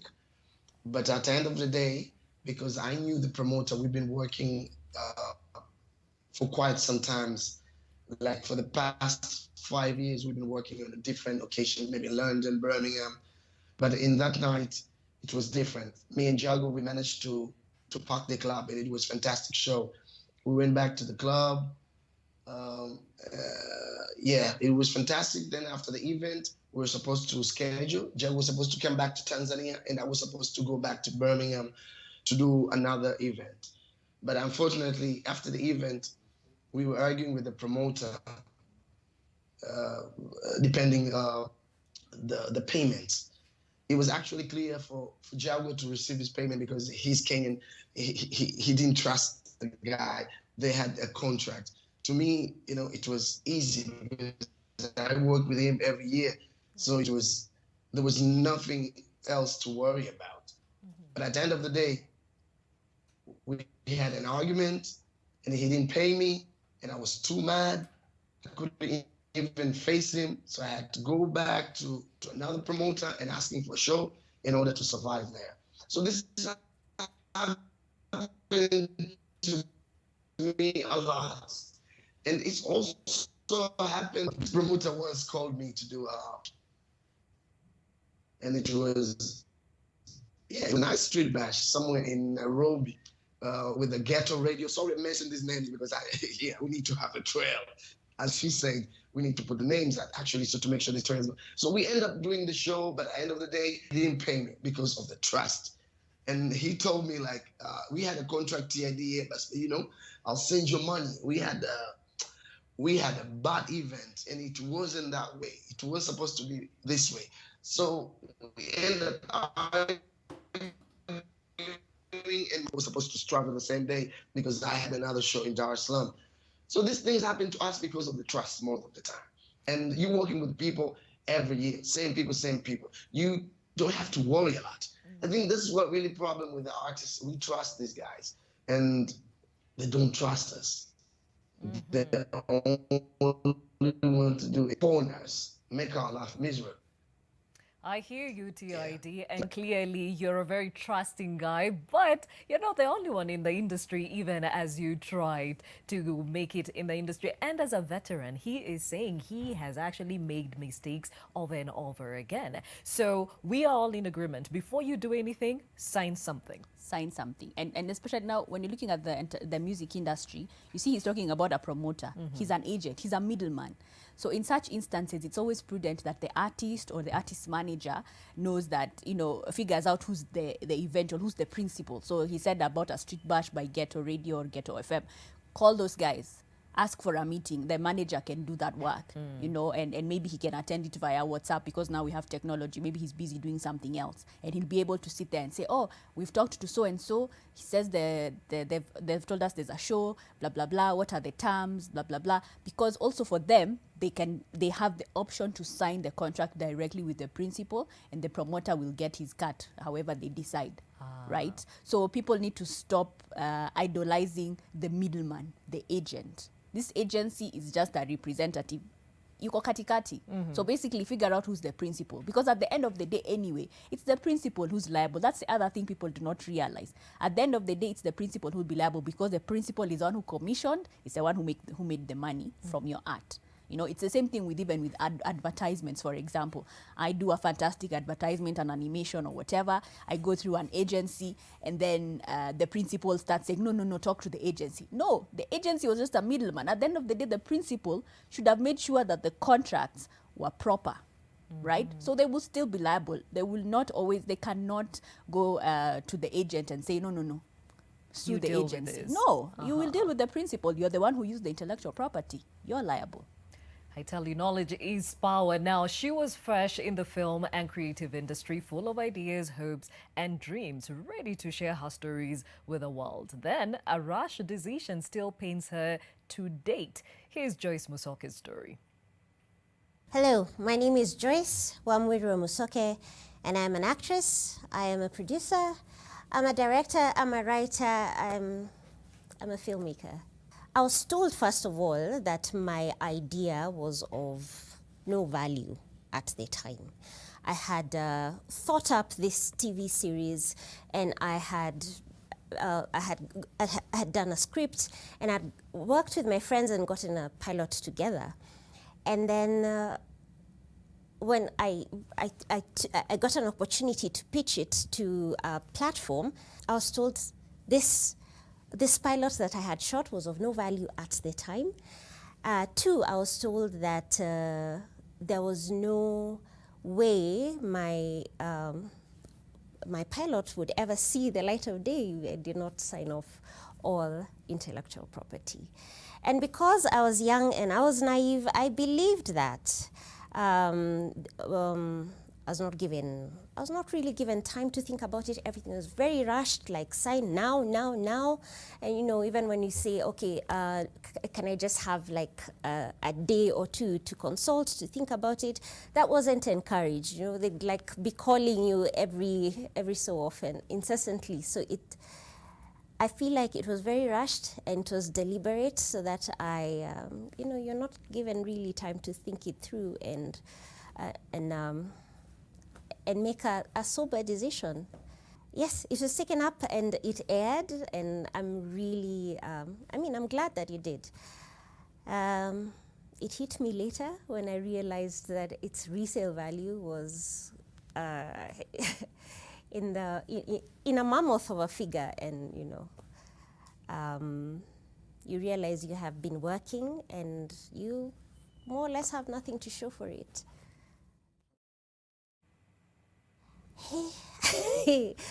That it's hard. It's a hard lesson to take. To this day, I still think about it with quite a bit of pain, but I guess you just take the lesson from that and you move on, and for future negotiations, you're smarter. Yeah. I learned, first of all, that no, it's not true that your idea or your pilot is of zero value. That is not true. What else did I learn? It's important to take your time. It's important to consult. Preferably, if you have an intellectual property lawyer with you. I learned not to be pressured into making quick decisions, not to be pressured into signing quickly without enough consultation, really. So no, I don't do that anymore. Yeah. Definitely more experienced and wiser now, but really, really pertinent lessons there. Let's bring in Mkamze Motela, who is an actress. She is a script writer. Mkamze, I'm sure you resonate with Joyce Musoke's story, right? Absolutely. It's the everyday story. I think if you haven't been through that and you're an actor in Kenya, I don't know if you're on any show. You've definitely been through it somehow, some way. Okay, so what has been your lessons along the way? I've had the experience of both being an actor and also being a scriptwriter. So one of the things that you learn very quickly is what everyone is saying, the rush to sign something. And the idea that, you're in an arena which is about art, which is about passion, people take advantage of that. There's always big dreams. So people just put a contract in front of you and it's like, sign now, sign because we have to begin work. And then there's also the idea of people making it about money. I think one of the biggest lessons that I learned very early on was to look beyond the money and see whatever is in the contract, everything else, to things like insurance, things like, what happens if I get injured on a film set? What happens if, how many hours do you work on a film set? What are the rules as pertains to that? And I think what normally happens is that people rush very quickly to the money, and then you just sign because, there's a figure, and then that other person has signed, blah, blah, blah. And the money is already, like Joyce said, it's already a scam. So, but there's other things as well that have to be considered that I think because we're in such an informal industry, we tend to be unaware of. Okay, and in the case of you've gotten your idea on paper, you are a script writer, somebody comes, talks to you one day, you have it on paper, the next day it's on television, it's making millions of shillings. How do you deal with that? Ever found yourself in such murkiness? Well, that's how I discovered where the Kenya Copyright Board is. So this is the thing that even to begin, you don't even have this idea of when you write that there is such a thing as copyright. Of course, intellectual property dictates that, you know, it's yours to begin with because you wrote it. But the idea of copyrighting something doesn't exist for a lot of people. We don't even know where the office is, right? And so I've found myself in that position where you end up being in a dispute as the writer with the producer who's now saying, well, this is mine. And you're like, well, there was no agreement about that. And then I went and discovered, because I went to an intellectual property lawyer, and there's different rules about who owns the script. And if the work gets developed, that's also a different issue, because then you can end up in a situation where the person who developed the work, in this case, the producer, owns your script because you didn't copyright it. They own the developed work, right? So those are two different things. And that's the dispute we were in.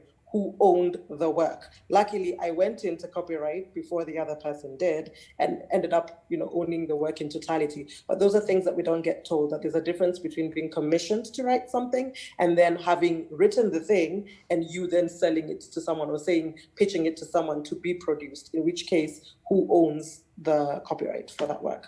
Who owns the copyright for the script? Who owns the copyright for the developed work? Okay, Liz, break it down for us. Who does what? Who owns what? Okay, so Chow has written a script. She owns the original copyright. So the best thing to do is first register the copyright. Like I said, it is not mandatory, but it is prudent, because you and I can have the same sort of ideas, right? Or concepts for our literary works. So register that first. And then when you're approaching this particular producer, first of all, do a non-disclosure agreement to show that you've disclosed this information, you have shared a script, and that you're barring them from using it without you. So that then now, in this instance, if they use it without her, they will pay her. Now, we have the NDA while they consider the production. Then now we get into the production agreement or arrangement. So now we have a contract. We are going to discuss the revenue share, who owns what. Can I keep the right to redevelop this story? Yes, you must. That is something you must negotiate for, because it's yours to begin with. So why should someone else tell you, oh, Gladys, you can't do anything else with what you've done? You have to negotiate, unless what they're putting on the table makes a lot of sense and you're going to be extremely happy. Okay. Right? So then now you have it in a contract, and then you have agreed. In that agreement, again, now we have moved into the digital space. We have to figure out, again, this particular party has to tell you what their plans are. Are they going to put it on the digital space? What kind of platforms are they looking at? So that then you're able to negotiate that. Are they planning to take this production outside Kenya as well? You have to negotiate that. So you want that total disclosure. At the end of the day, with intellectual property deals, it's not something you just wake up to. It's a strategy, you know, because it's also a lot of investment. So no one can tell you, I have not thought about it. They have thought about it. It's the same thing for an actor as well. You know, before they even give you a contract, you want to ask them, where's the shooting schedule? What are my hours looking like? Like she said, issues of insurance. What kind of stunts, if I'm going to do any stunts? Are you going to feed me? Things like that, so that then you can decide whether you're even going to work with these people, even before you see the contract itself, before you even understand what the money looks like. You want to know if they're going to treat you like a human being. That's where you start. Okay. So, and that is even a document that the producers or the film producer would have, even without a lawyer on their end. So they can't tell you, oh, no, we're waiting for a lawyer. That's already something, because it's on their end. It's a logistical document.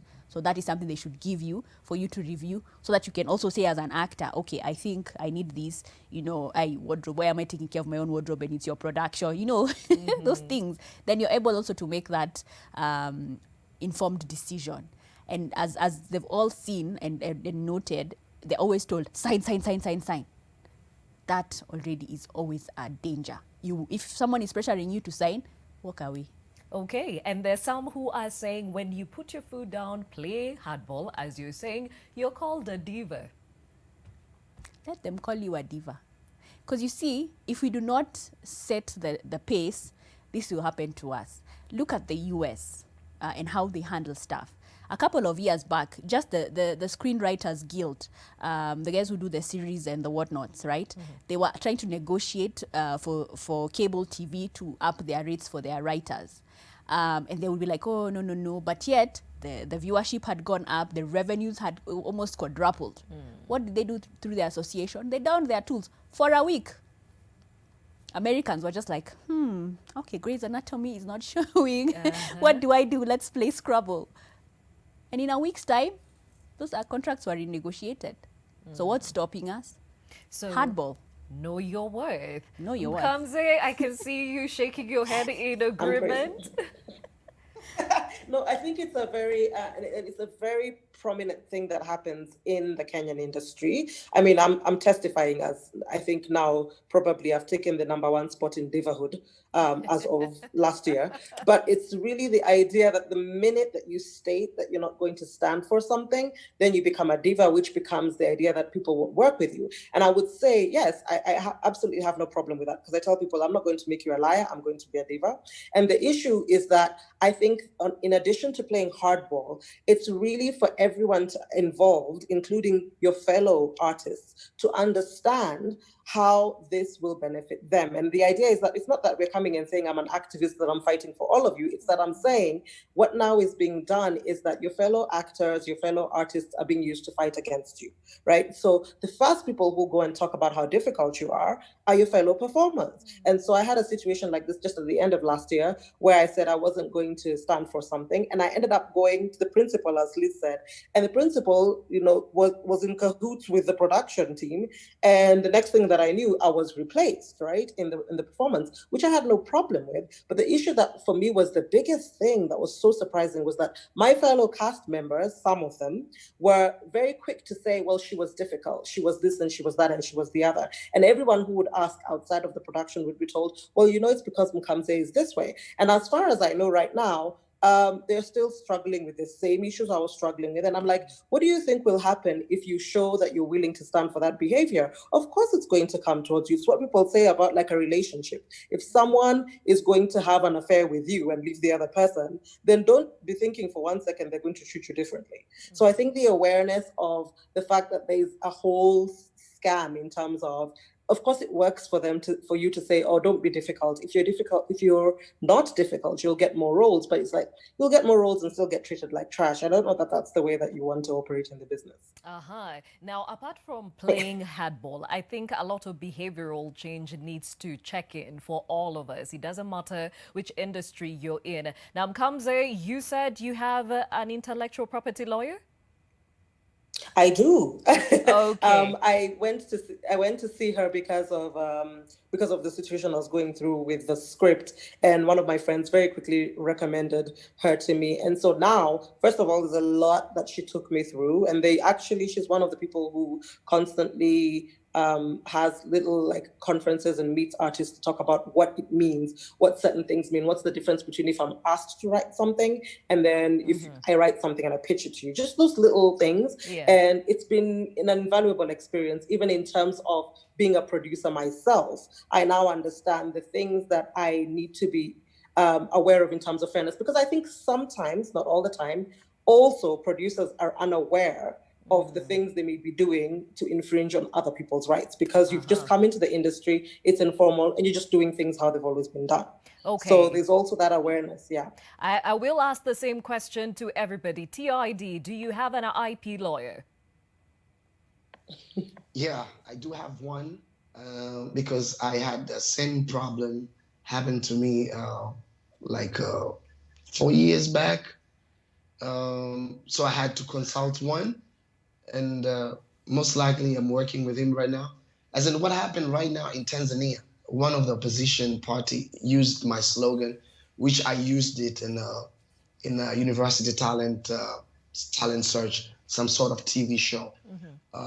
But this thing went very viral, went very big. So everyone used this thing. Yeah. But I only did this to promote the TV show. But it's like, main opposition party took the slogan in one of their candidates. You know what happened here? I really went to Tanzania Copyright Society to register this thing because I knew it will become bigger, as all of my slogans, all of my phrases, all of my songs did. So I believed in myself. I went there consulting with an intellectual property lawyer. I mean, a government one. We had a conversation. He told me that you're not going to register this as a slogan. We can only take these registers as a poem. And I was, yeah, it's right, because it has my tonation, it has my my skills, it's me. So I can only pronounce it to make it bigger. Yeah, we can register anyhow you want it. So that was 4 years. I mean, actually 4 months back. But what happened after this thing went so big, it just happened. It just happened like that. One morning, I found the guy coming out from the country at the airport. Everybody was chanting, Niyeye, Niyeye, Niyeye. But I never knew if this guy would take this serious. After he received his candidacy for the presidential nominee from his political party, he came up with the same idea. He felt that those people were saying Niyeye from the airport. They were making him Niyeye. They are referring to me. They're referring to the biggest slogan in town. Okay, so are they compensating you for it, TID?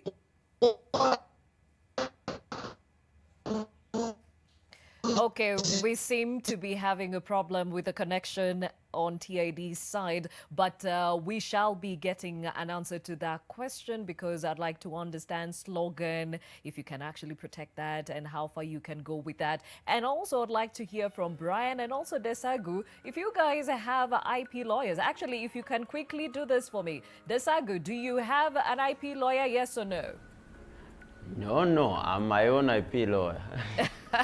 All right, Brian, do you have an IP lawyer?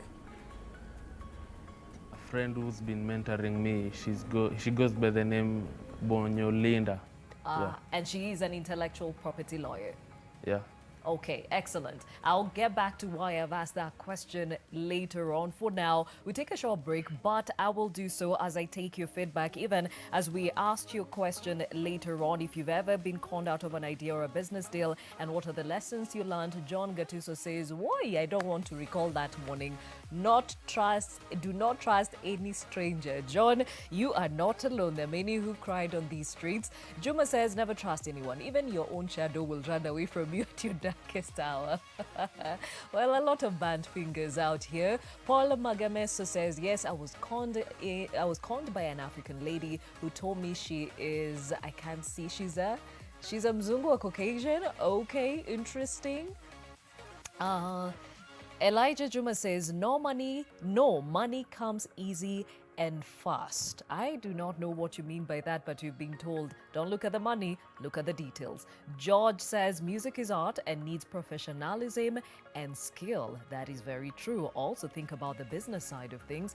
Benjin Dolo says, not easy to walk away. They see the red flags, but opportunities are thin, rare to come by. So you see the warning, soldier on, and hope to God all will be well. Often you get burnt. Now, as Lisa has insisted, hope is a good thing, but then again, you've got to be smarter, because at the end of the day, people can be very shrewd. When we come back, we answer some more of those questions coming out of this conversation on intellectual property rights. Stay with us.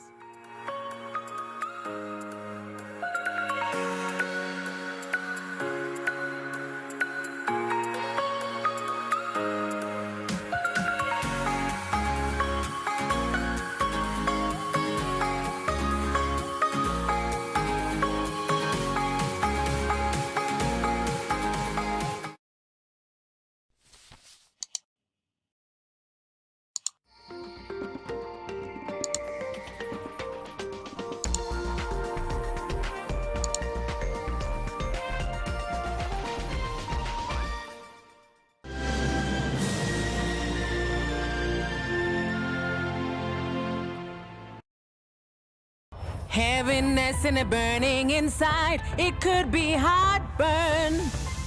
Indigestion and heartburn? Eno gets to work in 6 seconds and works on the 6 symptoms of heartburn so you can keep living life non-stop. Eno, fight heartburn and indigestion fast.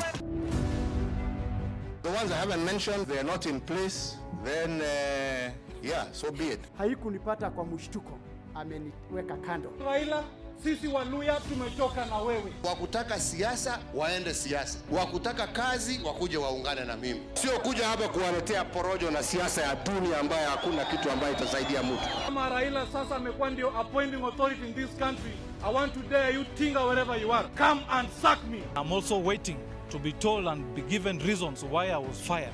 Boma ina mtu wa kuongoza mmoja. Kuna mtu hapa ako na familia ambayo inaongozwa na wazee wawili. Nataka niwaulize wafanyikazi wa serikali, kila mtu ambaye umepatiwa kazi na Uhuru Kenyatta, waacha kupiga kifua.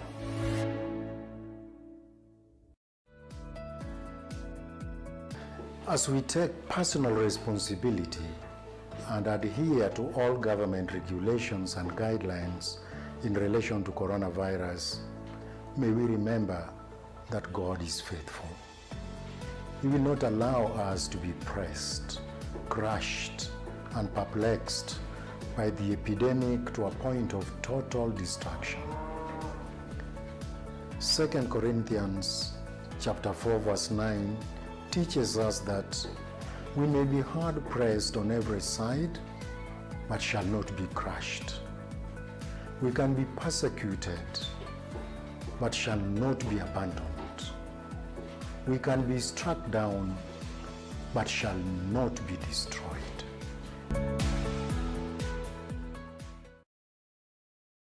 Akili, akili, akili, akili. Will you wash your hands with me? I want to wash my hands with you. Come on, I will show you what to do. Wash your hands in clean water. Wash your hands, wet them with the water. Wash your hands, now add some soap. Scrub your hands in the soap and water. Scrub above and below between the fingers too. Scrub under your nails and scrub-a-dub-a-doo.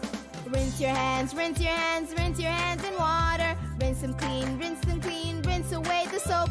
Dry your hands and go.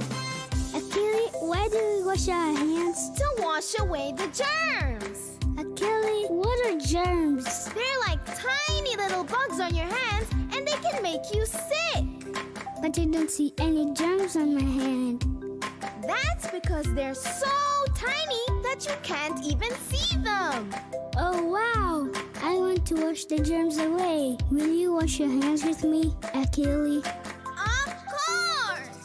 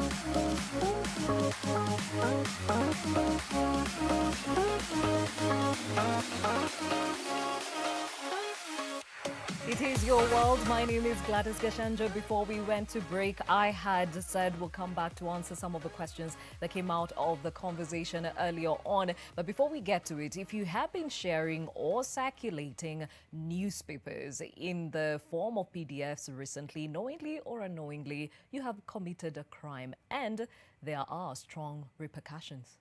When they are up, Kekobo's position is as follows: that it is illegal to do the hacking and the upload of newspapers into social media for the purposes of profit or without authority of the owners. And I must say that the problem of downloading and passing on or distributing copyright works through PDF is not only affecting newspaper publishing, but it's also affecting the whole sector of publishing, Every time you get unsolicited sales speeches to say we have this and we have this and you can talk, and if you send me an M-Pesa, I'll give you a PDF. It is wrong. Copyright law does not allow that. It's an offense, and it also attracts a civil liability against the people who perpetrate this against the economic rights of the copyright owners. In a sense, the copyright law allows only the right to copy to the person who is responsible for organizing and structuring the newspaper or the publication. And anybody else must seek the authority of that person for them to upload or use it in any other way.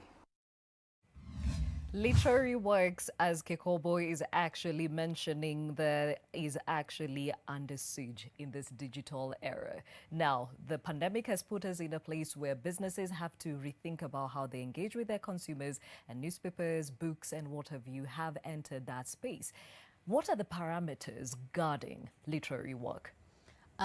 So it's still the same, right? You own it, you have the control, you have the right to make it available. Now, with the digital space, we have what we call technical measures, TPMs, technical protection measures.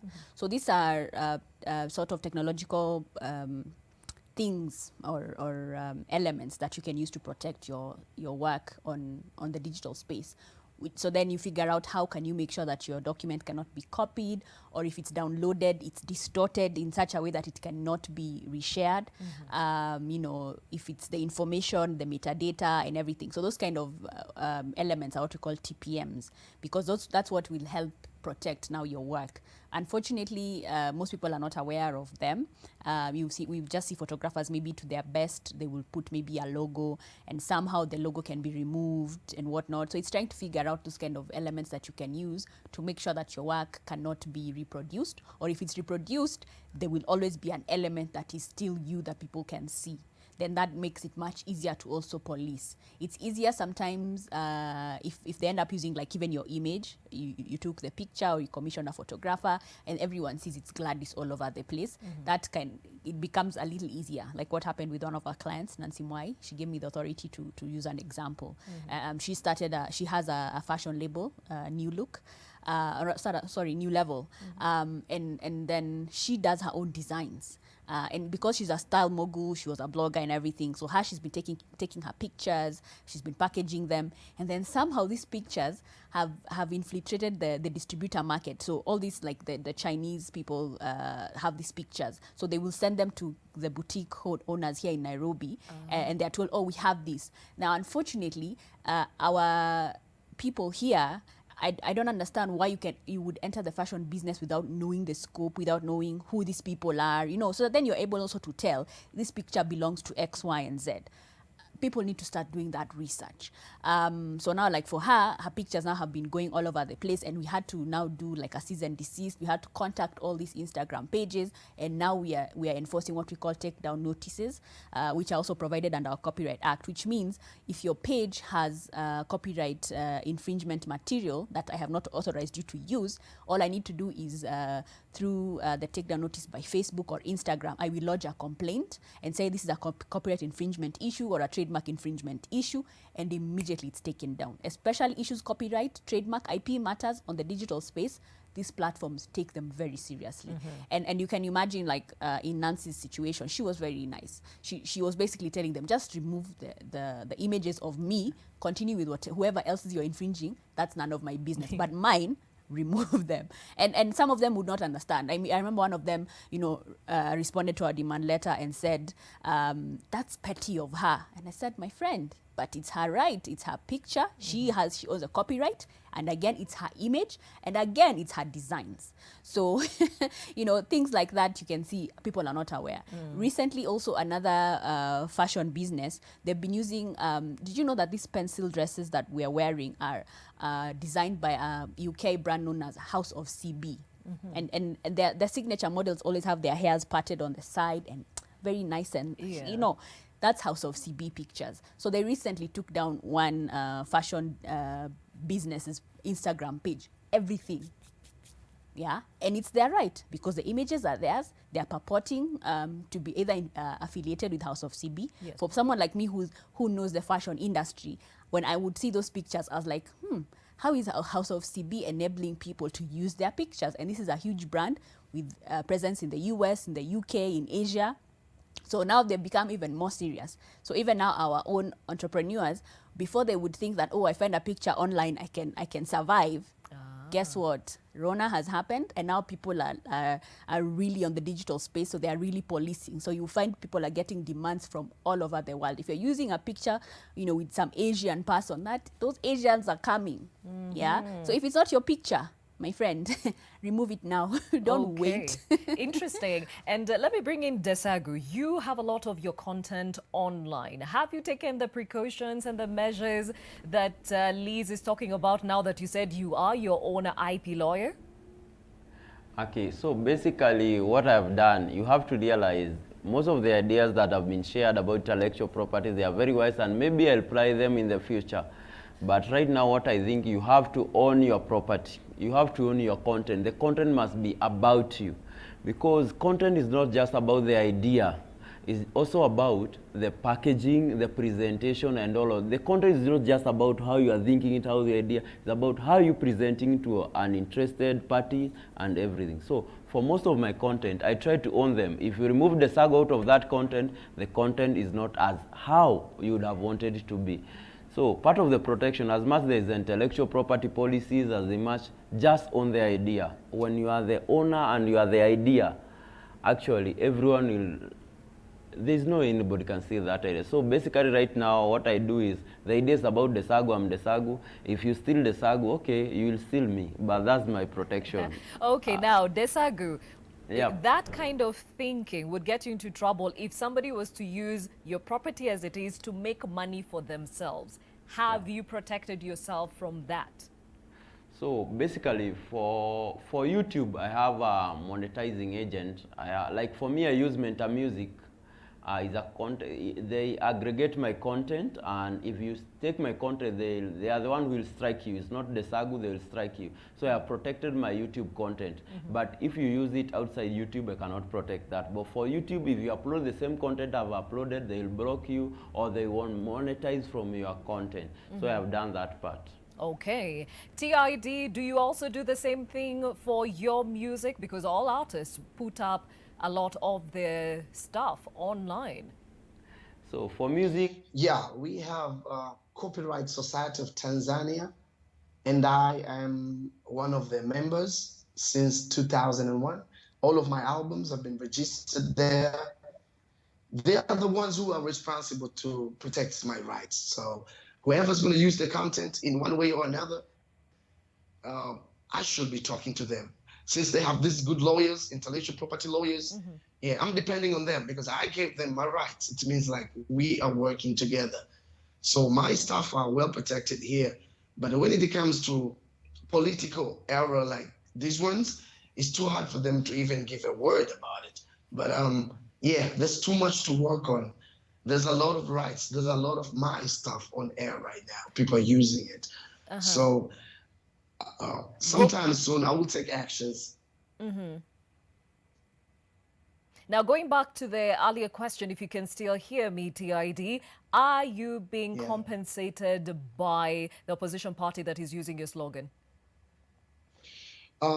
Actually, not yet. Despite all these complaints I'm making in the media, I was expecting them to be fairfully. As you know, opposition parties, they're always protecting low-income people, protecting artists. We are depending on them, but it's not happening like this one. As I said, in Tanzania, it's too hard for a person not just to believe this is your talent, just support. It's too hard. People don't support each other. Imagine a big political party. They should have seen this coming. They saw my content. My content is everywhere. It's in the YouTube. It's in the TV stations. I have the rights to own this thing. Maybe they will understand me later. We'll take them to the court. But so far, so good. I'm speaking with the superiors, the authorities, I have a big meeting later with the Ministry of Information. So they will help me to take this thing further. Okay. But I'm expecting them to be fellow patriots. You go to Tanzania, kuwa na utu uzalendo. It's like, TID, man, you've been working hard for this slogan. We know you have the rights for this one. Yeah, can we give you something? Because we are opposition party. We protecting people like you. This thing should have been cleared from the first time. Okay, let me bring in Brian. Brian, you are young, you are just getting into the business sphere. Now that you have an IP lawyer, are you looking out for people that are using your innovations without your consent? When it comes to software, the biggest issue comes with cloning your product. You build this and then someone comes up with something similar. And what I learned is, over time, you can't stop anyone from doing anything. So, like Elon Musk does it with the SpaceX, you build something that no one can copy. Build something that is so unique, that is, I say, incorporate madness in your project. Yeah. And it's something that only you yourself knows how it works. Yeah. And that's where the skill comes in. Also, God watches. You can't struggle to build something and use all your time and you have the necessary skill, and then someone clones it and succeeds with it. It doesn't work that way. So you have to give it your all, make it unique, and make it authentic. Yeah. Okay, now Kamza, even as we bring this conversation to a close, Liz was very categorical. You've got to have your ears and eyes out there looking out for people that are infringing your property. Are you doing that, or does somebody do that on your behalf? No, I have to do it myself because there are things that people cannot, sometimes I just got a message from one of the ladies I was in a cast with years ago when we're doing Mali, and she tells me, oh, our pictures are being used to sell some Chinese cosmetics. And I'm like, oh, how? And it was on our website. So you see, sometimes it's very hard even for someone to do that, because that even for IP lawyers, I think, is a bit much. It's where you need management, agents, and I don't have that. So mostly, sometimes you just have, especially with online business, you have to rely on people saying, I saw this and I saw that. And then there's things that you just don't fight, like images, like Google images. There's some things you're just like, okay, fine, whatever. But then when you see it being used to actively sell a product, like Liz says, I do use the whole idea of then you contact your lawyer and you have the takedown policy and say, if you don't take this down within this amount of time. But it's wild because people will find ways. Trust me, I have a Facebook account, and I don't have a Facebook account as Kamse, but someone is on Facebook as me. And we've really tried to take it down, but for some reason, the person is still out there selling duvets. So it's one of those things that sometimes you have to make people aware of. And I think one of the best pieces of advice I got is that, especially with the online arena, you do have to make a choice, because when it comes down to what's going on online and social media, the only way, in a sense, to protect your image is you have to open an account, even if you, like me, don't like to be on social media. So you have to open an account, otherwise it leaves it open for people to open something in your name. And so, for instance, because I wasn't on Facebook, now there's Kamza Mwatela on Facebook, which would have been impossible if I was there, right? So sometimes you just have to have an existing presence so that your name can't be taken advantage of, especially when it comes to names. Okay, being preemptive, I guess, is what we're doing here. And Lisa, it's time for us to actually end this conversation, but I'd like you to answer a few things. First of all, in the case of TID, protecting a slogan, that is possible in this country? A trademark. You protect it through a trademark, not copyright. Again, like I said, with trademarks, you want to be very unique, right? When you have very common phrases, it may become a challenge. However, you see, like for him, if he's riding on his song, there's a possibility, because as long as he has people who can attest to the fact that, it's based on his song, he's made it popular, then there would be a link. But then it would be a very intricate legal situation to navigate because of, you know, that issue. And especially now, like for him, he said it was more, we talked about issues of copyright and not a trademark. So it's usually a very deliberate case and something that you need to be very clever about. So like for Desagu and this phrase he has, that's trademark worthy. Desagu, umesikia? Nimesikia kabisa. Kwa hivyo tafadhali ongea na Liz tukimaliza hapa kupatia ideas. Nimemtime mbaya sana. Yes, sawa. Now, the other question here would be, we are living at a time where media influencers have become a huge industry on their own and riding on the digital space. How do they protect themselves? Contracts. Contracts are very important for them. And you see with influencers, they have some liabilities that they're not aware of, especially under the Consumer Protection Act. So one of the obligations they have is that where they endorse a product or they're marketing a product, they must disclose to the audience that this is a sponsored post. That is a legal obligation. So things like that. So when you're getting an influencer gig, you need to be able to also interrogate. Can I give my honest opinion, or are you making me say what you want me to say? What implication does that have on your brand? Because then you come off as a liar. Then you start losing followers. Even other brands then might not work with you. So those are the things that they need to really to be aware of in their contract. And again, the issues of working with competing brands. For how long can you not work with a competing brand? Things like that, because those are what we call contracts of restraint of trade. So you need to be able to also navigate those situations. Then, of course, issues of money, is it per post and whatnot. And then now they need to be more deliberate with their tax situations, because now the taxman has seen the digital space, and they have also been very happy and willing to share their rate cards, and we are discussing and we're like, oh my gosh, so and so makes 300K per post. So now they have to really put their ducks in a row, but those contracts are very important. And they come on a case-by-case basis. And again, it's very dangerous to do a gentlemanly agreement even for influencers. They really need to put it down on paper. And of course, I asked everybody if they have an IP lawyer. There are those who don't have that. There are those who have. There are those who are saying, I'm my own person. How critical is this to have an IP lawyer? And also for those that are saying, I would love to, but I think it's beyond my means. Now, I tell people, protective lawyering is always cheaper than defensive lawyering. And this is because protective means you're coming to me, you have these things that you want to do, we get the contracts done, there's no pressure. Those are contracts we can draft with our eyes closed. Chap, done. If it's helping to negotiate meetings, those are, there's no effort really, like no burden. Let me say, burden is the word.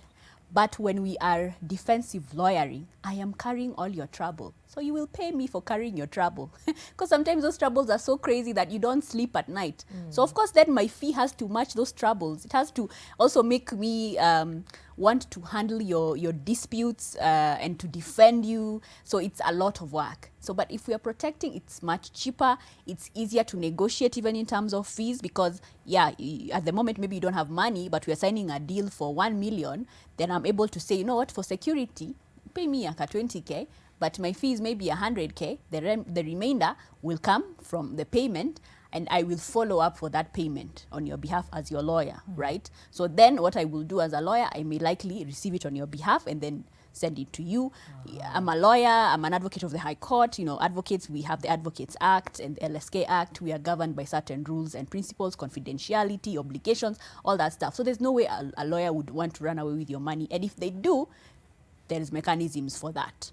So people need to stop demonizing lawyers and realize that we are part of the ecosystem, and we can negotiate. It's not that we are statues that, we are taking a hardline position. And especially for lawyers in the creative arts, we are aware of all these nuances. My career started off as a creative. And it's these challenges that made me deliberate in terms of how what area of law I would practice. So it's negotiable. It's not a hardline sort of situation. So people need to remember, you can negotiate, you can talk to a lawyer. Please think protective. Don't wait until there's a mess. Okay, there you have it. Intellectual Property Rights 101. I hope you had your pen and paper because this is very critical so that we ensure we don't have people crying over spilt milk, if you may call it that. Well, thank you to everybody who joined us on this conversation. Liz Lenjo, IP lawyer, Halid Mohammed, aka TID, all the way from Dar es Salaam. Thank you for your time. Brian Degwa, who is an innovator, Desagu, who is a comedian, and of course, Mkamze Motele, who is an actress and also scriptwriter. Thank you for your time and being very candid about your experiences. Now, tomorrow we focus on the critical role of nutrition for both mother and child, right from preconception through pregnancy, post-pregnancy, and breastfeeding. See you then.